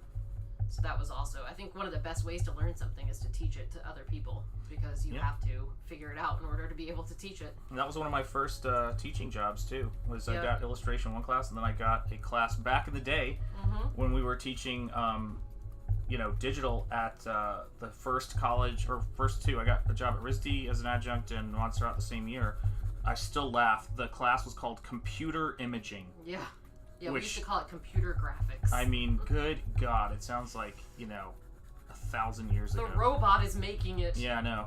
Seriously. I mean, it was that bad. Robot-assisted design. Yeah, that was some funny stuff right there, man. I'm telling you what.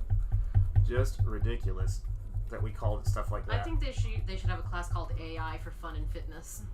Let's see here. How to draw comics with Dan Loss. It only took me 37 years as a professional artist to feel somewhat confident in my art. Oh, Dan, you stop, man. You stop. But I love it. Yeah, Dan's got amazing skill. And I think also, too, because Dan and I have talked about this before, when you're a parent and you're raising your kids, and he's a little further along with that than we are in terms of the college stuff, and the thing about it is that it's like, It's coming fast for you, buddy. Yeah, it is. But I mean to say though is that when you're on the other side of high school, right? Like that's a maelstrom parenting wise. Like the difference between kids from birth to 10 in terms of how much is there, and then they hit adolescence and then high school. It's craziness. And I think a lot of us kind of settle into our groove.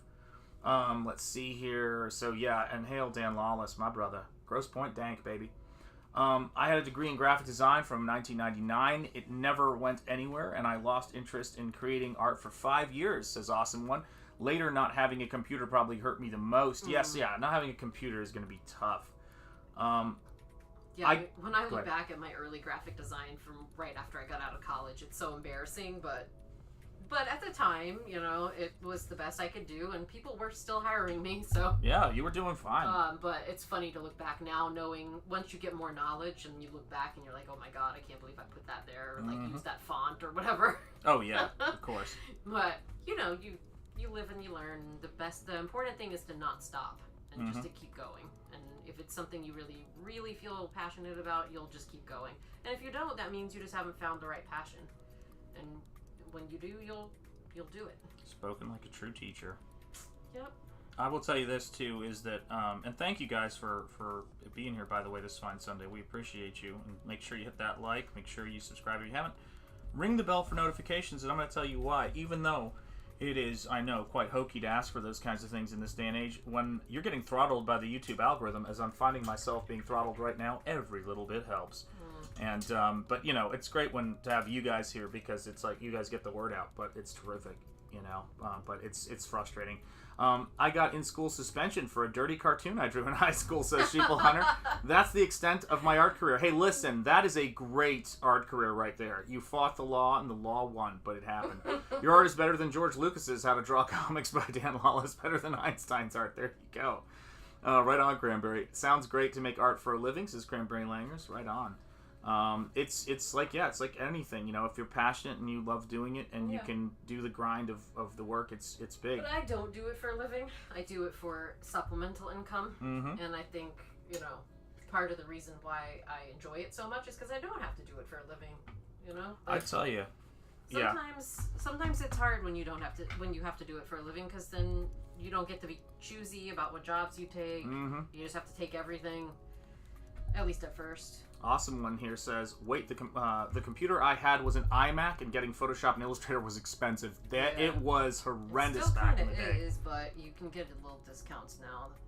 Yep. Teflon Ron says they have AI-assisted design now, and here's the funny thing, we were just talking about that yesterday. Yeah. They have AI-assistant essay writing and AI-assistant grading, and soon people won't even go to school. You don't even need people. It's so funny. The computers can just talk to each other. Absolutely like right. in that TED Talk. Ended up working at FedEx for 10 years. You probably handled some amazing comic book art, because there's a lot of it being FedExed around in the 90s. Then an inventory job for 8 years. Right on, Awesome One. God bless you, and thank you, man, for being here. We appreciate it. And I'll tell you what, FedEx, when I was interning at Gaijin Studios, the FedEx run was the most important part of the day to get that work before we could send digital files. Oh, wow.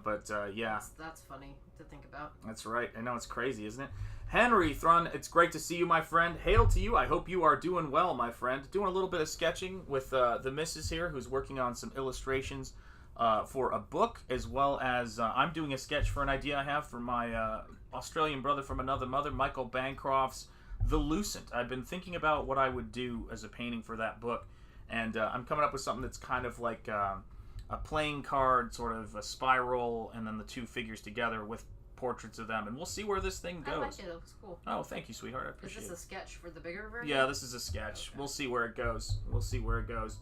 I haven't even shown it to Michael yet. Hey, what's up, TC? How are you doing? Ahoy, chat. And Shanth, ahoy to you, TC. Let's see here. If you and Dan compare your art with current Marvel DC art, it looks great. There you go. That's the key, right? Oh my gosh. Teflon Ron, thanks. I just installed GIMP, and I'm excited to try making a comic with it. Yeah, GIMP's a great isn't open source, I think, right? Yes, and free. Yeah. Excellent. Cranberry Langer saying hello. And there's another one, Pixlr. And Pixlr, that's right. I think GIMP's probably better. Yeah. But when we were on quarantine, I had to use stuff like that with my students. And Amen Awesome One goes, just fire people and close the colleges. Well, I was saying this, what's so funny about it is that when people start talking about AI grading and then AI writing, at a certain point, you're kind of missing the whole point of the entire thing. We'll just have robots talking to each other. So exactly, and it's like, then we're gonna just figure something else out. Why don't we just leave it to the robots and we'll go back to living our normal lives? Henry says, we used AI to help write my son's college scholarship essay. There you go. Charlie, Sheeple Hunter, your work was good enough to be recognized for what it was supposed to be, says Charlie Stevens. That's right. It was you fought the law and the law won, but you were making a stand there, Sheeple Hunter. Never forget that. That's important. Yeah, it's great to know you're putting more great art out into the world. Absolutely right. So AI can absorb it. That's right. I know of an IT person who lost a job to AI. Says Awesome One. I don't doubt that's definitely a thing. Nice. I was watching Bancroft earlier today. Yes, indeed. Yeah, Michael does the night shift, man, and he does the 4 a.m. shift. Bless him. And yeah, he's probably. Let's see. I wonder. He probably is awake by now. 4 a.m. his time. Well, 4 a.m. our time, so morning to midday for him. I think it's so confusing. Well, 4 in the morning for us. Australia's like a full, like what day and a half ahead of us? He's 10 hours ahead of us, so it's not a full. I'm sorry, he's not 10. He's 20 hours ahead of us. So he is not 20. What am I saying? That's insane. 16. He put it this way: it is 4 a.m. when it's 6 p.m. here. So right now it is. If it's 3, it is 2 a. It's 1 a.m. It's 1 a.m. right now, I think, where he is, which is painful to even think about. So he's definitely missing the stream. Let's see here. Thanks to Charlie Stevenson. I looked at Pixar. That's right. I saw an ad for a word program that used AI. My goodness. Cranberry Langers. I actually isn't actually going right now. He's sitting down playing Minecraft, snarfing on some pizza. There you go. Thanks, AI Cranberry. There you go. AI Cranberry is a busy man. Bancroft might not have been live while I was watching. Oh, okay. So you were watching it back. Gotcha.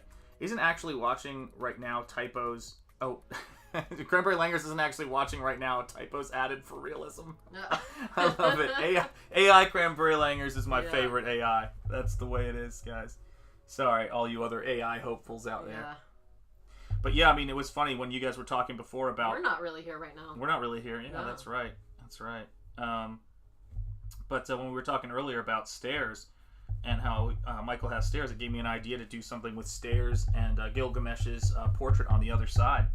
So yeah, you guys know it's like every time we get together and we do these streams, there's something that's going to come out of it that's going to influence what I do. It's a strange, like everything you do. You know, every time you spend with people and having conversations and thinking about things, it's fun. And I like that I can, while my brain barely holds on anyway, when I'm reading, that I can still talk and stream, because it makes this really fun.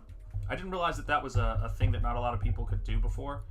And because, again, I think this comes back to the teaching thing. I did a lot of demos and had a lot of people asking me questions. So to me, it was such a necessity for my job. But I didn't ever think about in my life that I would be streaming and painting, and none of this occurred to me until, pretty soon after I started. When you go to my YouTube channel, I think I'm at 3 years now, maybe, or 4. I think maybe almost to 4 years since I got on YouTube, and those early videos are something to behold. Let me just say that. Just me staring into the abyss. Oh my god. It's sort of horrendous. like online teaching. Bancroft might not have been live. Let me see here. It's actually watching right now. Gotcha. Let's see here. Michael Deach says, my graduate work was in AI and music. Never could really model human creativity. We need the human artist. All right, yes, right on, Michael Deach. Yes, indeed. Laughter from Cranberry Langers. Gotta love it. Sorry, I was snarfing down some pizza. Was that? Awesome one. Upper Echelon did a video about creating an AI bot to speak to other AI bots. He found that around 1/5 of online social accounts are AI bots. I don't doubt that for even a minute. Oh my god. Yeah, it's got to be. Why? Did you guys talk about Sheila Alien's AI video of EVS? Sounded just like him. Dear God, that's terrifying. No, we haven't, and I haven't seen it. But yeah, AI is crazy. Is Sheila Alien's AI? We don't know. Your own book will build all the confidence. There you go. Right on. I can guilt people into watching my videos. Gets me at least 20 views. That's an important part of this process. Yeah, I heard someone was saying that they were going to use AI of an actor's voice for their trailer. Oh. My mind was like blown by that. Is that like legal? Yeah, I think so. I don't know. I don't know if copyright law has caught up with that yet. Probably not, but they're probably working on it. I bet some lawyer is. I feel like if I was a lawyer or an agent, to use other people's voices, even if it's not really them talking. Especially if it's not really them talking. I was just watching Blade Runner, and so I kind of have a good handle on where this is all going. Okay, good. Yeah, it's not good. But, I don't know. I'm gonna be living on an island somewhere by that point. Yeah. My attitude is if we program AI, I hope it'll eventually realize it can become as lazy as we can be sometimes, and then it's just like, we're going to have to get back to work anyway. AI's going to be like, why don't you pick that up? You know? I think that'll be fun part of it, you know? Let me see here. Let's see here. Lost One's cracking up. Yeah, there you go. Yeah, I mean, I feel like AI is turning into, here I am now by myself, talking to myself. That's chaos. Yeah, absolutely. What was that fake TED Talk we used to watch on The Onion? Yeah, the Onion Talks. Eventually, we'll just have bots talking to other bots. So we created a social media account for them, and all of the followers were robots. So we didn't even have to worry about tweeting anything because no one was reading it. I just loved that. Now, robots don't yet buy products. So that's one problem in our system. But it doesn't matter. They'll pay us either way. And I'm like, that was so prescient of where we are now. It is, we're getting to the end of the road with abstract economics, I think. And it's going the same way all abstract economics. Yeah, it's going the same way all abstract theories go, you know? What's up, Agent Zero? It is great to see you, my friend. I hope you are doing well. Can't help people to watch videos get 20 views. I have friends who use AI to simulate Joe Rogan and Morgan Freeman to read out text. It sounds a lot like them. I do not doubt it.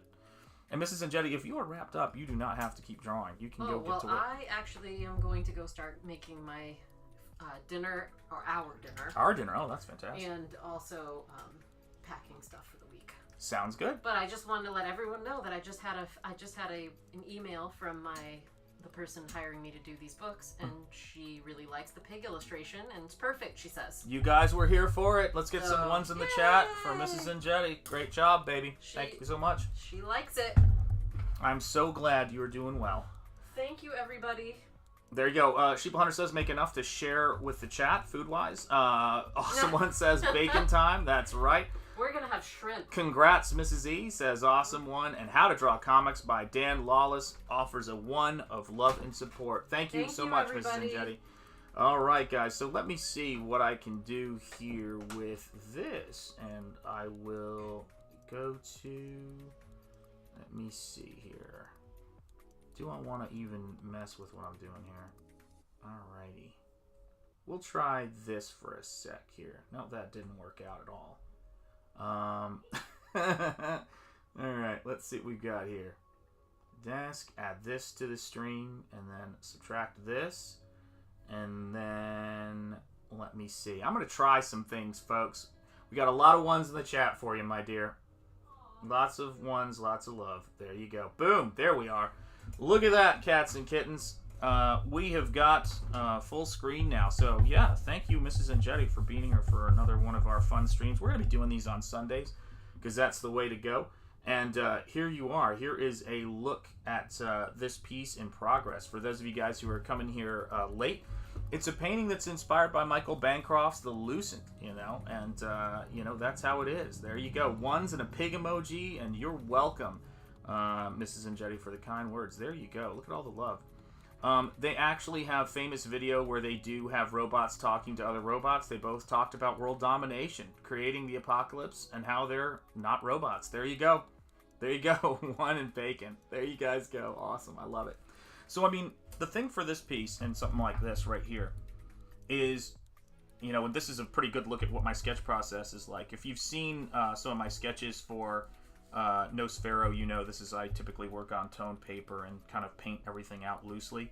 For the last couple of pages of Nosfero, I actually did do some digital stuff because I needed to see the whole book, and I was I was at that point where I thought, I think I can paint it on the actual paper. I don't want to start painting it before I get to the paper itself. So this has been pretty much how I'm looking at it. And now I'm thinking, God, this is going to do my head in here. What I'm going to do is, I've got the light and the dark right there. Let me move this back. I've got the light and the dark on this figure right here. And then I think what I'm going to do is... Actually, let me do this. Let me switch cameras real quick. Hang on a second here. I just realized something. Oh, you know what? I can't do that yet because I got to... Is this going to work? Let's see what happens, folks. we're doing this live. We don't know how this is gonna go. We never know how this is gonna go. I'm gonna drop something, so brace yourselves. It's almost inevitable. There we go. Turn that light off.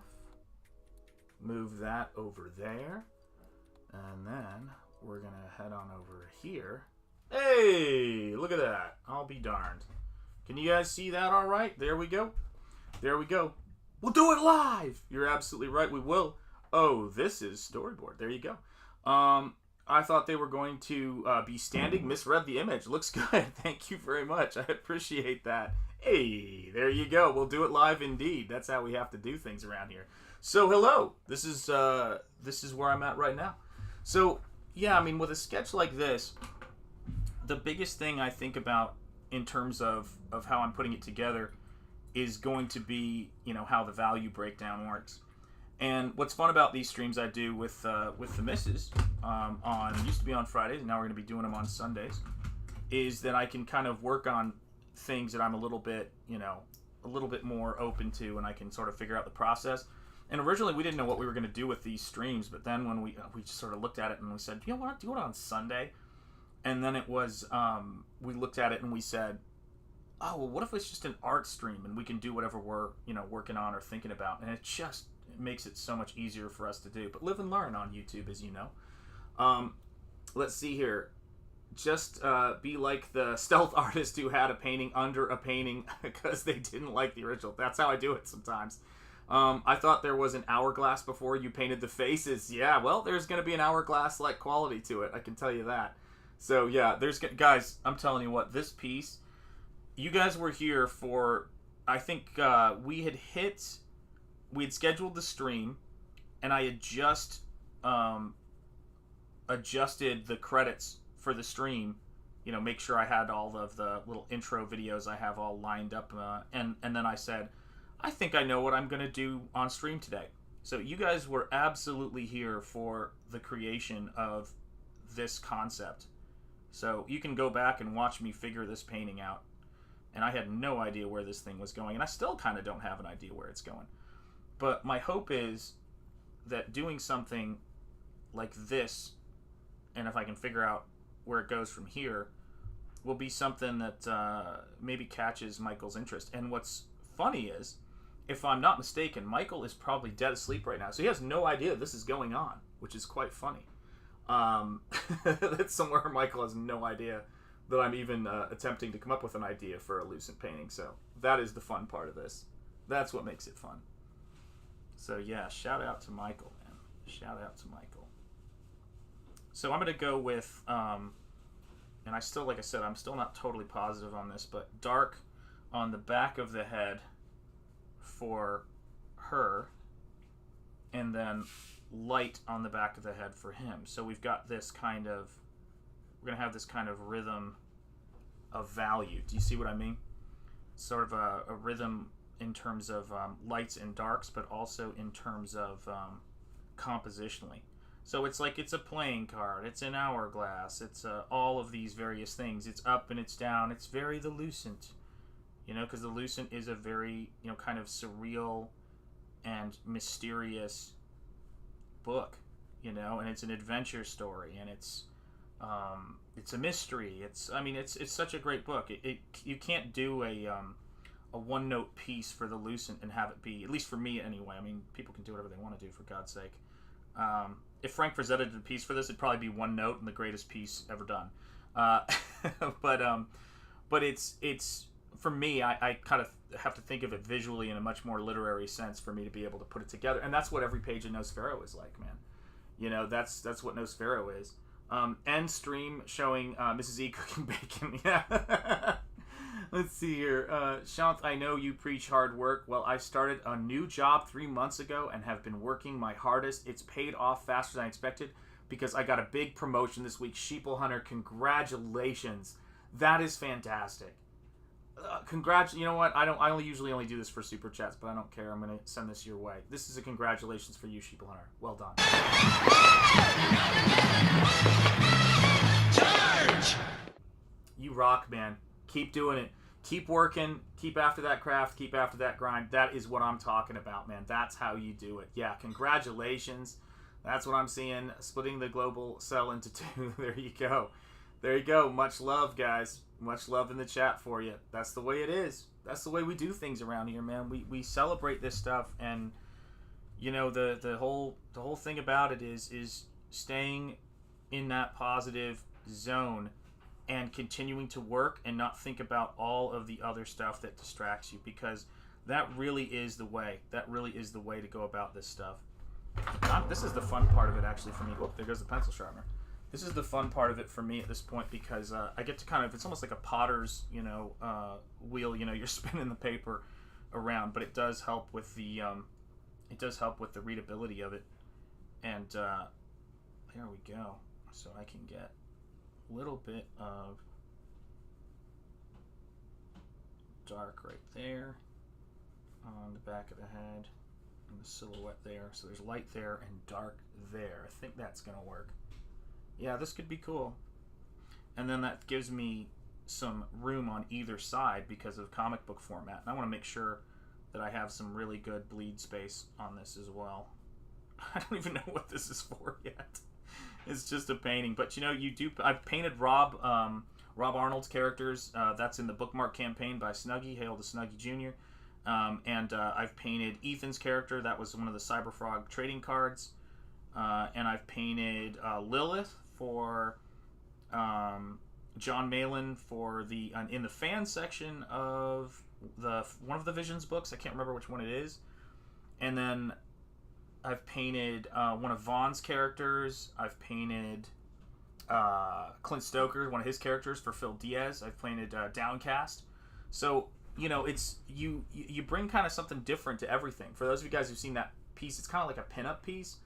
But you know what I mean. It's like, yeah, man, the good. That's what it's about, guys. You know, that's what it's about. I love seeing that stuff. You know, someone was saying this too. Is that a lot of people think that having friends and good people around you is you know, or it's been popularized that people who will, you know, tell you straight when you're screwing up, and you know, that's an interesting thing. I found you can have a lot of different people who can do that for you. But one of the things I thought was really profound that Jordan Peterson says is, he says, good friends help you celebrate your successes. And I remember sitting back and thinking about that, and it really helps you know who the people are who are in your circle, who are really your friends, the people who help you to celebrate when you accomplish something. And it's so important, you know.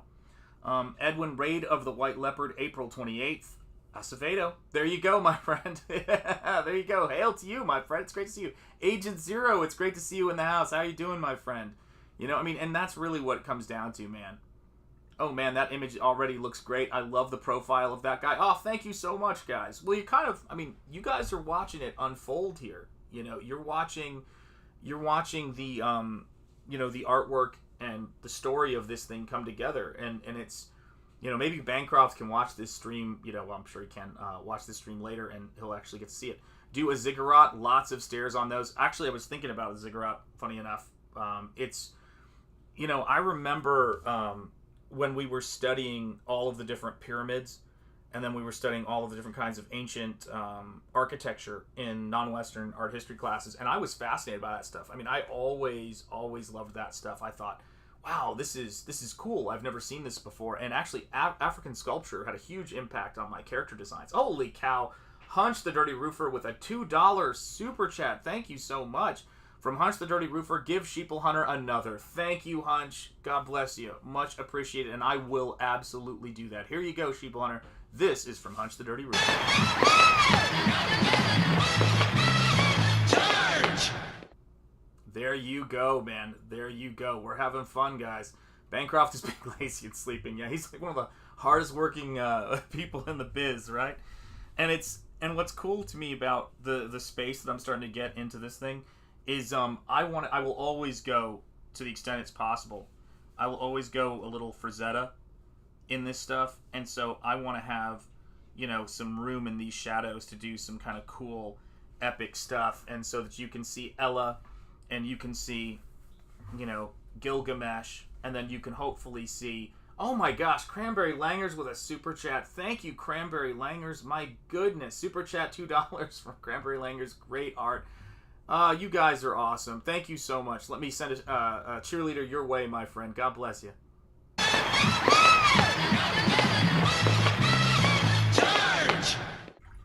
You guys are awesome. Well, I wouldn't even be making this piece if it wasn't for this stream and hanging out with the missus doing... I love doing artwork and us making artwork side by side. It's a wonderful feeling, especially, you know, after all these great years together.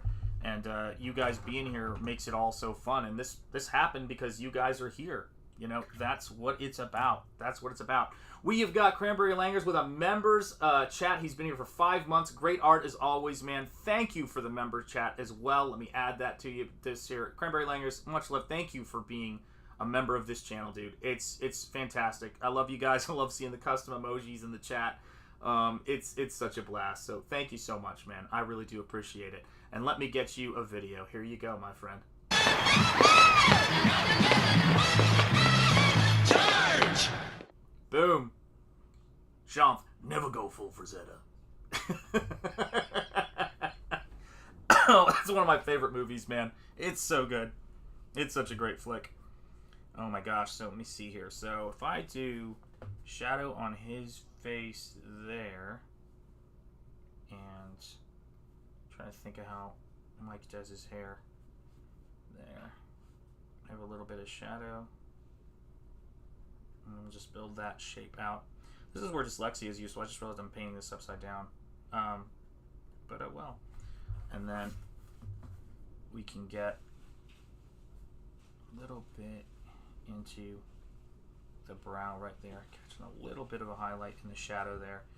And then my thinking is on this is that there's characters who are able to travel through both, you know, blood and through water, and I think there could be something, you know, interesting here if I explore like having that contact point in terms of traveling using liquid, but have that sort of be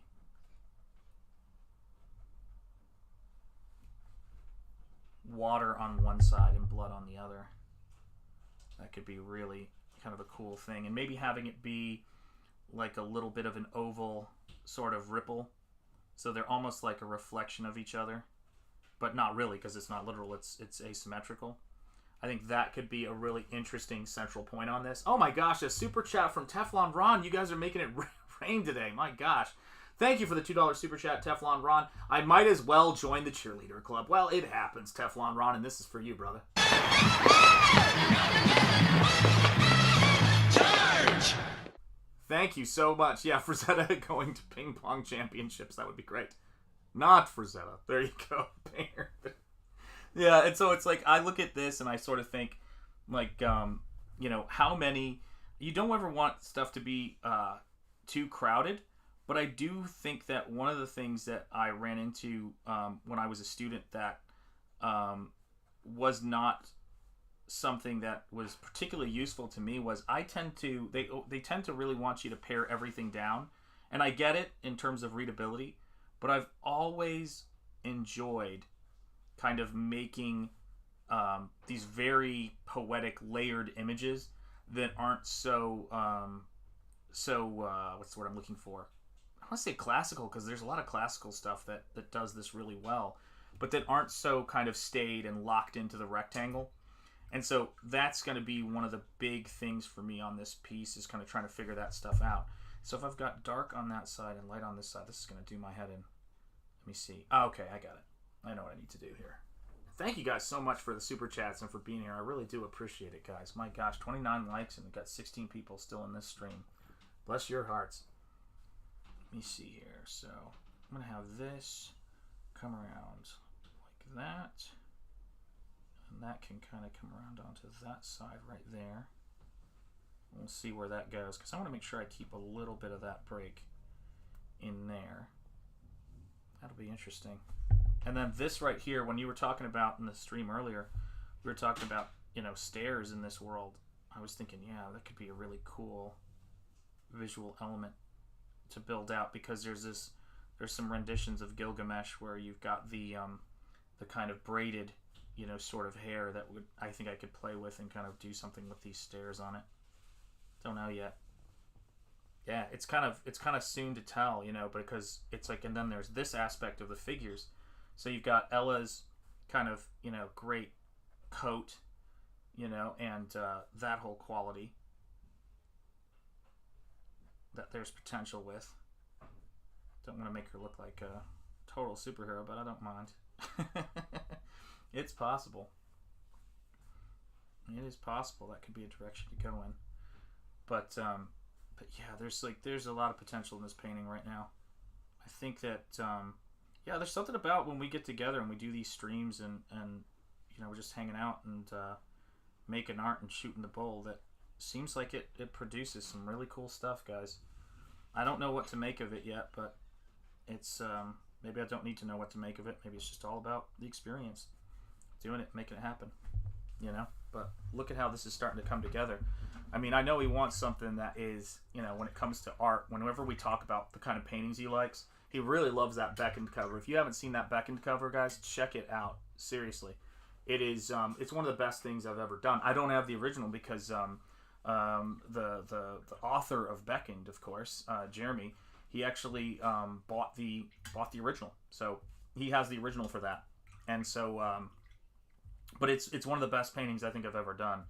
It's really nice, and it's one of my favorite CG things I've done, without a doubt. Man, woman, or opposite, you've absolutely got it. Yeah, there's a sculpture I saw as a kid that I think it was in bronze, maybe, but I'm not sure. But it was a metal sculpture of a man and woman with their heads. They were like back to back, but it was one figure. So if you went to this side, it was the female figure. Went to that side, it was a male figure, and it was just this crazy conceptual piece. It's always sort of stuck in my mind because it was, you know, when I was a kid, it looked enormous. I don't know if it's that big. I mean, as I remembered it being, because I was maybe 5 or 6 when I saw it, and there's something about it that I've always found really interesting, and I think that this piece has kind of got that sort of potential, you know, for doing something like that, if that makes sense.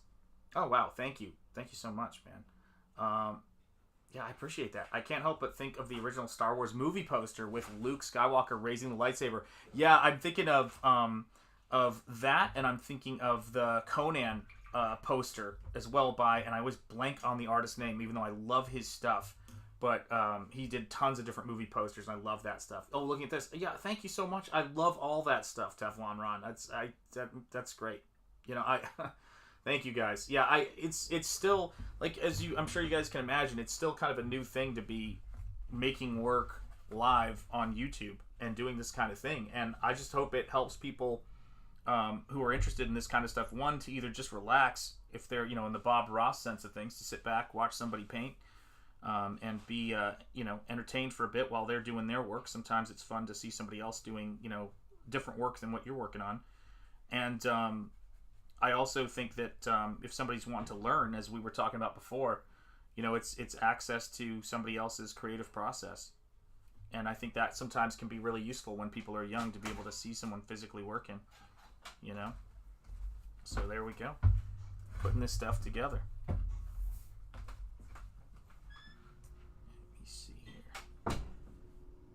Go. Yeah, that could be interesting. I don't think I think when it comes to areas like this in the background, I'm not sure what I'm going to do in there, because it's not necessarily going to be blank. I think I might have gosh, I can think of a million things. Some cityscapes. I feel like I might have to paint on some vehicles, even though it's like not my favorite thing in the world to paint, but you paint what the painting wants you to paint sometimes. I mean, that happened with Nosfero a ton, where I was painting things and I was just like, that has to be painted now. I don't want to paint a snake with 1,000 scales, right? You guys have seen that page from Nosfero. It's like, I don't want to paint a snake with 1,000 scales, but it happened because it needed to happen. Let's see here. What if it turns out that we are all AI? Oh God, that'd be great. I'm ready to rest. Oh yeah, the Conan, but yeah, totally. I'm kind of curious who the person is, the artist who did the Conan poster, because I know his stuff. I was looking at his stuff, gosh, just like recently. I'm just going to look up his name real quick. It's driving me crazy. Renato Casaro. That's who it is. Renato Casaro. He's the poster artist, and he is epic. He's amazing, man. Skip Edwards, it's great to see you, man. How are you doing? Hey, is Shanth and the chat. Hey to you, Skip Edwards. It's great to see you, man. Yeah, it's, who knows? We might be AI, and that would make sense when you think about how you and I were in the same neighborhood as kids. That sounds like some Matrix stuff right there. Let's see here. By Dan Laws, I think organisms are biological robots. There you go. Cranberry Langers, splitting the difference right there. That's how it works. But yeah, I mean, I want to get some.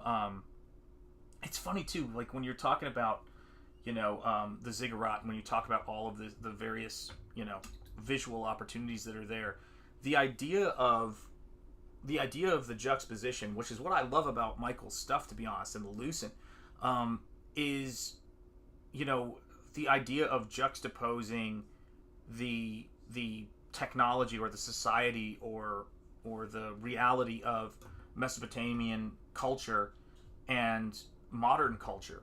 Things like, motorcycles, things like cars, things like, phones, all of the stuff, the tech that we have now. And then, but using it in an aesthetic way. So using it to be melodic and to create a sense of pattern in much the same way that we use other people's cultures in terms of history to make things that are design-wise. I think we struggle a lot right now as artists and as creators to see the aesthetics of our own natural environment, to see it as aesthetic, to not look at it for individual parts, but to think about it, like to do a flower design in a piece that is a bunch of cell phones, kind of moving together like a fan, or to think about doing something that's like a Mayan architectural backdrop that's a side view of a motorcycle engine. Those are the things that kind of really appeal to me as an artist when I'm designing things, and that's the stuff that I love, Yeah, there you go. There you go. Agreed. Well, if you get down to genetic code, it's actually code.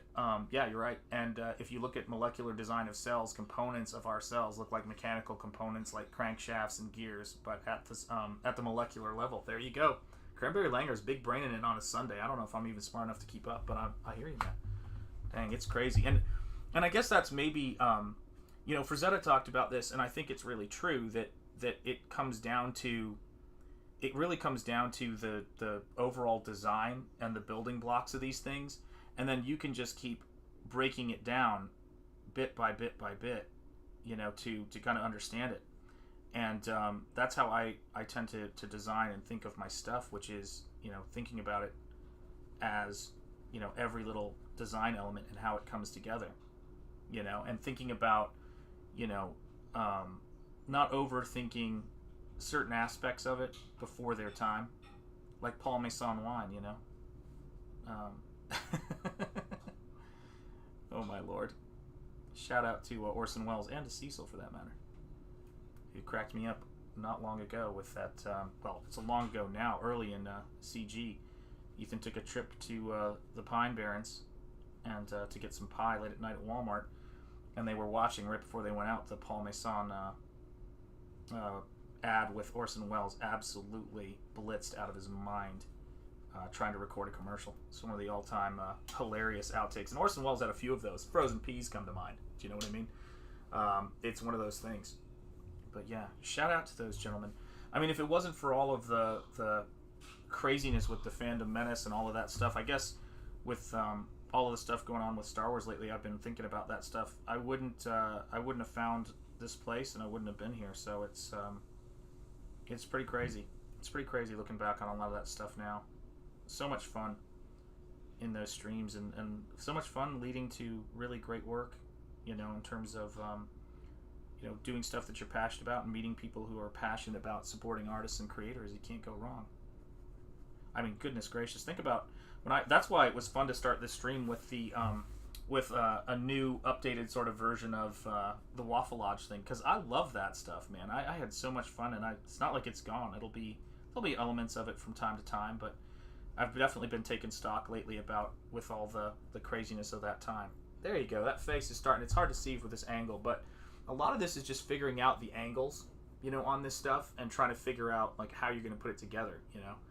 There's billions and billions of bits of data in our genetics. The solar system and the universe move together like a song in balance. There you go, Cranberry Langers. And I think what's interesting about that, Cranberry Langers, is that is exactly what I think about when I think about the Lucent and when I think about what Michael's doing, is he's tying together a lot of just interesting.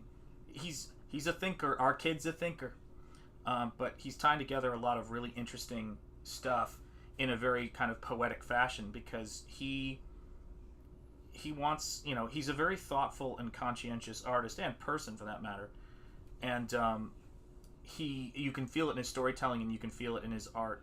There's a great method to his madness, and I think we approach things as it's a very strange thing. We approach things very differently with our work in some respects, but we're very compatible in terms of our thought processes. And I think that's probably what's so great about this space, is that it's not everybody has to think the same way and all of that kind of craziness. You know what I mean? It's very much about individuals and not about collectivism, and that's what I love about it.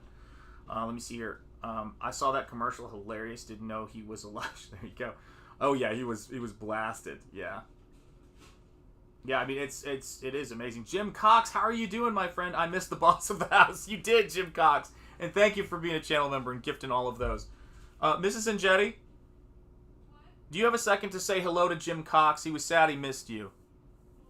He's a terrific gentleman who has gifted so many channel members to people, and we go way back into the chats. Sorry, what? Can you say hello, Jim Cox, for me? He missed you on the stream. Oh, hello, Jim. There you go. Thank you so much, sweetheart. Sorry you missed me. That's right. It was thrilling, let me tell you. There you go, Jim Cox. Shout out from the missus. We got to take care of you up in this place, Jim. That's the way that it works. And thank you for being a channel member, Jim Cox. It's great. And for all the support and that you've done for this channel, man. I really appreciate it. There you go. You're welcome, brother. You are welcome. Anytime, man. We got you back. We got you back. But that's the thing too, right? Is I think if there's one thing that I've gotten out of this space, and it's and all this stuff right on Cranberry Langers, was when I discovered people like RAZÖRFIST, when I discovered people like Ricada, when I discovered people like Bancroft and Ethan and all of those cats, like it was. I think the thing about it is that it was nice to be around interesting conversations again. People asking interesting questions, and not always in the same regard, in the same way. And what you get when you get those kinds of fun and different ways of looking at things coming together is that you get this kind of electricity, and you can't find that electricity in the kind of staid, boring kind of figurative and literal academic sort of sense. And that for me is really where the gold is, in terms of creativity. And I mentioned this to someone before. I have not painted or illustrated in a very long time any sort of mainstream characters, because I'm committed to the work I'm doing being either classic sort of stuff like the Universal Monsters or things like that, but when it comes to comics, I want it to be and illustration, I want it to be CG, Iron Age, indie stuff, because that's where I'm at right now, because we're really trying to build stuff at this point. And it's going to take a lot of artwork, and it's going to take some great artwork to make things, to make things kind of break the static friction and get out to the public at large. And breaking the static friction, really, to me, is what it's all about with the stuff we're doing here. Because it's things don't tend to grow in a very linear fashion. Things tend to grow, in my experience anyway, and there's a long period of things where they're growing, then it slows down, and then all of a sudden there'll be another sudden burst forward. But it's the grind and it's the work we do in the meantime that makes that stuff happen. Do you know what I mean? And it's that kind of, again, funny enough, it's a painting about connection. It's a history and the future. That's what we do here. We're kind of, we're telling old stories in new ways, as Joseph Campbell used to say, but we're also kind of rediscovering the craft of it all. Do you know what I mean? And it's great. Yeah, lots of creativity, gorgeous books, stories, and independent comics. You're absolutely right. I mean, I'm so excited about this book, Anything artistically, book creation-wise, that you've picked up from other CG folks? Wow, that's a really good question. Wow, that is a really good question. You know what's funny is I've never really thought of that before, Cranberry Langers. I think that... wow, that's a really good question. I would have to say if there's one thing I've picked up from other CGers in particularly, it mostly points to YouTube, which is to say how to stream and how to promote things. But in terms of other creators in CG, I think what I learned the most is that is from people like Michael and people like Ethan. Everybody who comes into this space will do themselves a tremendous benefit if they make the book they have to make. That's their own thing. And if you create as freely as other creators are making stuff, you know who I would say I've learned some stuff from? Here's an interesting one that you guys some of you may suspect if you're a long-time watcher on this channel. Here's somebody whose work has influenced me. The two people whose work has influenced me in ways that would be hard to describe would probably be Bancroft and Narwhal. Because both of them swing for the fences and both of them really push this kind of poetic artistry. And I think that was a huge impact on me. I would say Phil sharing his conversations with Steranko and you know, being a pulp brother has really influenced me, you know, deep diving into the pulp and my own stuff. So many things, but yeah, those cats definitely rise to the top. I mean, Narwhal, absolutely. I mean, one of the first CG videos I did was a recut of Narwhal's trailer for, I think it was the Second Chance campaign, or no, it was for Earthbound 2. Was one of the first things I did. So yeah. Hey, what's up, Tammy A? How are you doing? Good to have you here, channel member. How have you been? It's great to see you. Hail, Tammy A. 3 days left on the Lost Pages 3. Phil, did you hear me singing your praises just now? I hope you did, man. I hope you did. But yeah, I mean, it's check out Lost Pages 3. There are 3 days left on it, and in the first 60 days, if I'm not mistaken. And yeah, you guys can't go wrong with that book. You know, just check out the Lost Pages and what Phil's doing. Phil gets amazing talent to work on his books. And he just, yeah, he does great work. He means it. He loves pulp. And those Diaz brothers, man. Those Diaz brothers, they get it done. They get it done. There's no getting around it. So shout out to my brother Phil. Let's see if I can get some. Let me zoom you guys in a little bit here. I just realized. Yeah, the dude is unique. Yeah, right on. Yeah, he is. Yeah, I mean, Narwhal. I mean, you know, we always talk about it. You know, he's my Nosfero bro, and he commissioned me to do a painting that became a print in the Nosferatu book, and it was kind of a bucket list item for me because I'm a massive Nosferatu fan, and so that and I'm very picky about Nosferatu adaptations or works based on Nosferatu, but I thought his book was absolutely extraordinary. So to do a piece that was a sort of a small print in his Nosferatu campaign was just terrific. You know, just another one of those artists that I love kind of talking to, you know, about their work. And just, yeah, he's an artist writer, and he's got a really strong voice and a really strong sense of play in his work. But I mean, it's crazy because if I start thinking about all of the different things, I tend to look at things from a standpoint of I try to look to the world and look to my fellow artists for positivity, for the or how do I put this? I tend to notice the positive traits of things because the negative traits of any particular thing is not really going to build too much for you in terms of your work. And so it's weird. It makes it easy for me to say what I mean when I'm being positive. It's a crazy thing. Like RAZÖRFIST, I like his books. I've really enjoyed those. And it's kind of funny is that I'm hard pressed to spend much time. I mean, I can if I'm pressed, but being negative about stuff, because to me, you know, again, life is too short. And if it wasn't, and I said this to him in an email I sent him, gosh, I can't remember, way back, probably 2019 maybe. I sent Ethan an email and I said, man, I wouldn't have done these first two art books of mine if it wasn't for seeing you crowdfund Cyberfrog. That's why I crowdfunded my art books on Indiegogo. And then by you know, extension, if it hadn't have been for John Malin being the first man over the wall, you know, I don't know where I would be with this. And your boy Zach too. People, John obviously I've had, you know, conversations with, but I've never met your boy Zach.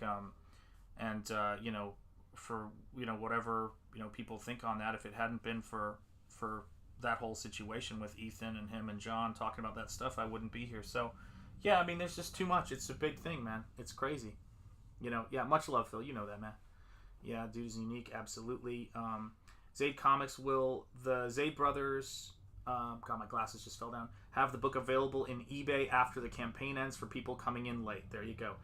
Does it give you an idea where to lean into creativity-wise? I would say the biggest thing it gives me inspiration is to keep it independent. To keep it independent and to keep it in this space. I'm in this space because I don't want to be a part of a collectivist group or a union or any of that stuff. And if anybody ever says, hey, do you as a member of this group, you have to do this or think this, I wouldn't be here. You know what I mean? Like outside of it's a rare thing, and I hope that it continues to encourage people to come into this space, because I think that the fact that I can do a painted book and that I've been able to find an audience, and that you're seeing, fully painted stuff in books like CG Vacation, which I have over there right in my line of sight. Like if, and actually, oh God, it's a mess over there. You can see an opened all caps book. I'm just going to see if there's anything too terrible over there. All right, I'm going to flip this up real quick. If you look over there at that wall of stuff, you can see Narwhal's Nosferatu book up there, and right next to my head on screen right there. And if you pan down behind that pillow, you can see CG Vacation right there, propped up against the wall, and that is an all caps comics box. Let me see if I can lift it up so you can see the logo. Nope, you can't see the logo, but it's right behind that chair. So yeah, guys, this is what my studio space looks like, guys. It's I've got the stuff right there. John, what's up? How are you doing, brother? It's great to see you in the stream, man. Did I get here just in time for the wrap up? I'm going for a little bit longer. When the missus makes that bat phone ring, I gotta go. But because I've been at it for a little while. But yeah, I mean, I keep that stuff in front of me because it inspires me, man.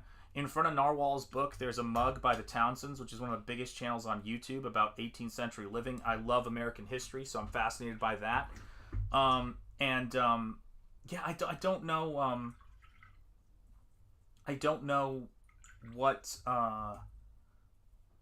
what I would do without having people who were so creative and inspiring, to just kind of know are out there. And I guess that's how it informs me the most, is that it's, people think about, like, even just being in the Comicsgate Live green room, it's like, it's nice to have, and all the other, groups I'm in with fellow creators, it's nice to have people talk shop with, because it can be a lonely thing creating in this void for so long. Do you know what I mean? Have you ever done any mecha style pieces? Yes, I have.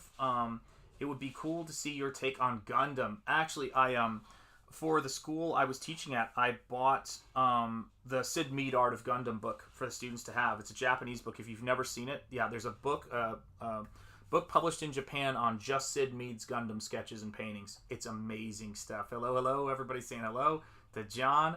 Always loved in the chat, man, and always love to have you here, man. Absolutely right, man. So this piece right here, since you're coming in late, is a piece that's inspired by Michael Bancroft's The Lucent. I've been toying around with the idea of doing a Lucent piece / Gilgamesh piece, and this is what I'm coming up with for the sketches. Yeah, Sheeple Hunter, it is great. I think I got it on Amazon.jp, and it's a great book. And Tammy A saying, hey, John. Tammy A, it's great to have you here as always. You know that. Channel member and, of course, Double Impact, fellow Double Impact, laughing maniac like myself when I crack up on that show. It's great. You guys are always keeping me laughing, and it's such a blast to do that show with Jericho and with Gabe. God, it's great, man. And that's the other thing, too, right? Like, with Gabe and people like Phil, who have my phone number, they'll text me artwork and stuff like that all the time, and it's a blast, man. We send stuff to each other because it keeps us going, man. It keeps us motivated and in the right space. There we go. That could be fun. We'll see where this goes. No idea where I'd go with this as the actual painting, but just kind of roughing in forms for the composition, and you kind of see how you want to shape things up in terms of the work, and a lot of it too, when we talk about shape language, that's what a lot of it's about, just kind of like putting in a a larger value right there, and then having it kind of taper down just to kind of give like it's sort of like gives a little bit of a hint of a specular highlight, but it's really compositional at the end of the day. It's not based on probably overthinking the lighting scenario, and then it also gives the hair gives this sweep of, you know, that figure's movement when you turn it around too, you know. So it just it's you're just building it and reacting to what the paint is doing at any given time, you know. There we go, right there. That makes it a little easier. I love it when you die on Double Impact. I know it's for real. I can't breathe sometimes when it comes from me. Yeah, absolutely. Especially when it comes from me. Yeah, you guys get me laughing big time there. I don't understand the fascination in Japan with Gundam. I don't get the drawing. Yeah, it's like with a lot of mecha. Like I was a big fan of Bubblegum Crisis, and I loved the way that the armor was designed in that show. How things went, you know, the hands, how the gauntlets worked, and things like that. It's not something I particularly like to paint a lot. I would say the piece I did of Rob's characters from the Replicator had a lot more tech than you usually see me paint. So that's the stuff, you know. Sadly surprising there was not that camaraderie at the university. Well, you know, here's what I would say, right? Is here's what I'd say. Is that in and I'm using this in the most general terms, is that which is to say the kind of the gamesmanship and whatever that can come into any group of people. You know, they say if you've got 2 people, you have a relationship. If you've got 3 or more, you have politics. Well, in the social sense of things, things in that environment are unbelievably political in the general sense, not in like, you know, government politics like Democrats and Republicans and that kind of thing. It's more like this person has that, this person has that. You can see that happen in crowdfunding too. How come this person has this many backers? How many, like that stuff is can go into any group of people if and you can choose whether it affects you or not, right? But it can go anywhere. In academia, it's so strong. It just takes the creativity and the fun out of the conversations. You know, when people are always thinking about what someone's getting that they're not and all that stuff, it's just, it's not good. And that's what happened, unfortunately, in college campuses. And it happens between students, too. Why'd that person's work get critiqued? It's ridiculous. Adeptus, Mechanics, and the Colleges of Titans in 40K is that type of mecha. I loved, my friend would paint Warhammer 40K miniatures, and I loved it. I think a lot of people like building the models more than the actual anime. There you go. People who do that, they're unbelievable. It's so complicated. Bandai is second to only Lego in toy sales each year, most due to their model kits. Yeah, there you go. And yeah, I mean, I think it is kind of sad, you know, and I think it was one thing when you didn't see that that camaraderie between faculty, but I think it was a lot sadder when towards the end of my teaching career, you saw that lack of camaraderie that was going on between students. Because you're supposed to, the whole point of being at college, not you're supposed to, but the whole joy of being at college is meeting people and, you know, who have different opinions, but mainly that camaraderie and those relationships that you form with people. I mean, I met my wife, Mrs. Enjeti, who was here earlier at college. I don't think you can have that kind of experience now at college. It's incredibly difficult because everything is so bureaucratic and so, you know, relationships are all, you know, so dictated by administrative bodies, and, you know, what they, you know, say is, you know, they make everyone afraid of each other, and in that reality they make everybody feel like, you know, they're about to be victimized by their classmates, or that, you know, people are who say things that they don't want to hear are their enemy. And you cannot have relationships with people. You cannot build healthy relationships, again, when you make the relationships political in terms of their foundation. And colleges, and I would say any group of people that wants to be successful long term, would do well to avoid the political mentality. Not politics in terms of who's president, who's governor. I mean politics in terms of when you hear someone saying, how come this person's doing this and this person gets this? And it's like, that's it. And it, instead of celebrating each other's successes, right? We said that earlier on stream that, a good friends help you to celebrate your accomplishments. Well, when you have environments where people can't be happy for each other and instead only think about how somebody's success, how that reflects on them. That's what took over academia. And you see a lot of people celebrating, wherever you see a lot of people able to celebrate other people's accomplishments, as we had with, Sheeple Hunter, I think it was, talking about a new job, then things are great. Yeah, envy only steals, John. You're absolutely right. Well, I think they've also found, says Cranberry Langers, I think they've also found that if you succeed in college, it does bear out in your career and getting you better positions. So it does you good to take someone out at the early stage. Well, here's the funny thing. Now, it's getting more difficult, like, because more people don't see colleges in that way these days. Employers, it's weird. So it helps with inspiration having other CGers and layout of a campaign. Yeah, absolutely, everything. Yeah, comparison is the thief of joy. 100%. Yeah, it is. It is. I will tell you this. One of my some of my happiest moments have been watching other people's campaigns and in general doing well. People I know and even people I don't know. I've seen people do well, and that's where I want to be. That's where I want to stay with these things. I can't imagine being any other way. Because it's like, I mean, gosh, I was invested in that first Cyberfrog campaign when Ethan launched. I had watched him have everything be torn upside down in his life and his career and everything like that. And it was easy to root for him, man. Yeah, there's a reason that envy is on the list of the 7 deadly sins. Yeah, it is. It takes so much, man. Yeah, absolutely right, Charlie Stevenson. And it really is kind of funny, and maybe it's being a parent, maybe it's just the fact that I was a natural teacher in the truest sense, even without the profession of it, that I liked seeing and helping other people to do well. That was something that has always been a part of things. And the other, like I said, the other thing is something I don't completely understand. I don't understand the not being excited. I get excited when I see people's artwork. I love when people do a great job on something and they hit it out of the park. But I don't harbor any ill will when people fall short or run into obstacles. Like it's just not a good thing. I don't think for people's mental health. It's not cool for me anyway. I mean, people do what you got to do.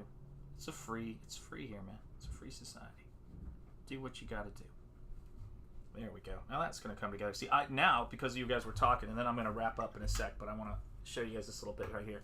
Yeah, cancel culture is getting to the point where everyone is destroyable. Yeah, so it makes it more an even playing ground. It's what they wanted. Yeah, and that's it. And at the end of that, what do? You're going to build, you're going to build. And I just keep thinking of this shot from the trailer, like the kind of landscape shot, and I'm like, I've got to put in, some kind of landscape, maybe some kind of nice architecture there in the background. Do you guys see what I mean? If I can just have, because I want this to just be a crazy topsy-turvy, kind of illustration, of just all of this cool stuff. And if I can do that, then it'll be a sketch worth turning into a painting. If I can pull that off, then I'm there.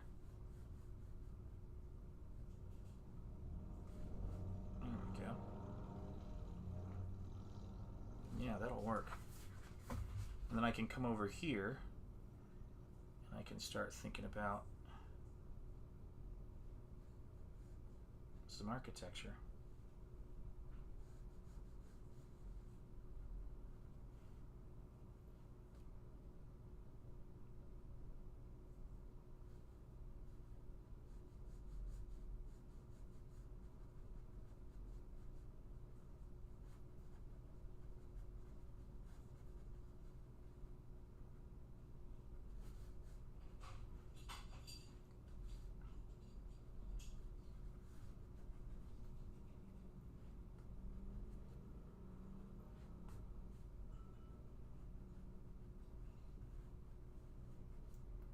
There we go. Now we can start to have fun in this painting. That's what it's about.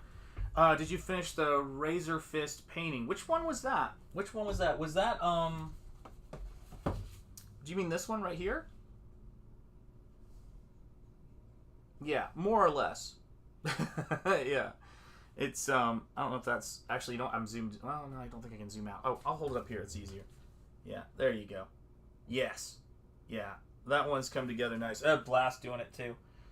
It's great because it's like it's a lot of, with all of this stuff, man. It's like And the RAZÖRFIST stuff I think of as just being, you know, sketches. But yeah, those paintings, actually 2 of them I've already got up for sale on my website.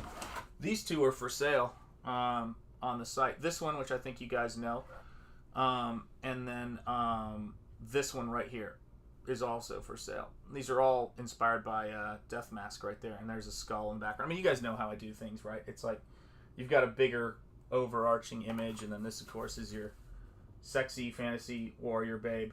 But these are all available on shanthenjetiart.com. You just go into the paintings for sale section. And this one I haven't listed yet because I might come back and do something with it. Don't know yet. It's crazy, man. I've got, you guys know how it is. I mean, I've got 33 pages plus a cover and then another thing of Nosfero over here that are set, ready to rock. I've got, another painting I can't talk about over there. That's another one, a portrait commission. Then I've got, you know, this stuff, and then I've got animation stuff. I mean, I've got Narwhal that's another thing about Narwhal that I like. He's like me. He's just generating a lot of different stuff. We just work in different ways, you know. It's craziness, man. It's just craziness.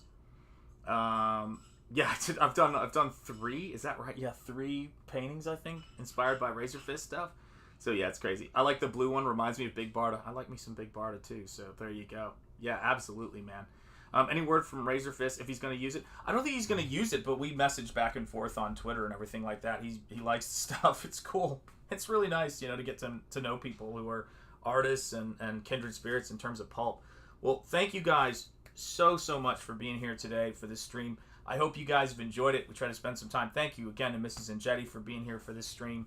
And agreeing to be doing this craziness with me. You guys are great, and she loves coming on here and getting a chance to show you guys what our process is like and a little glimpse into what it's like when you get 2 artists under one household. Yeah, appreciate you guys so much. So I'm going to be playing the credits out in a second, but I want all of you guys to have a wonderful Sunday, and if you want to see the whole process of me sketching out this piece, do please check it out and go back here. Thank you so much, Dan. I appreciate that. Thank you, John. Thank you, Dan. You guys are great. Yes, remember telling you to keep your brush wet. Yes, absolutely right. Thank you both. Looking great. Thank you, Cranberry Langers. Thank you, American Comic Company. Much love. Much love. And yeah, thank you guys for being here and checking out the stream. We will see you guys soon. As I often like to say, peace, because that is what my name means. And as always, guys, speak easy and stay gold. I will see you guys very, very soon. So have a wonderful Sunday. Take care of yourselves, and I'll play the channel member credits, man, because that's what we do around here. Thank you, guys. Much love. Take care, guys. I will see you soon. All right? And look at this. Look at these wonderful people. Look at all you wonderful people. All right, guys. Take care.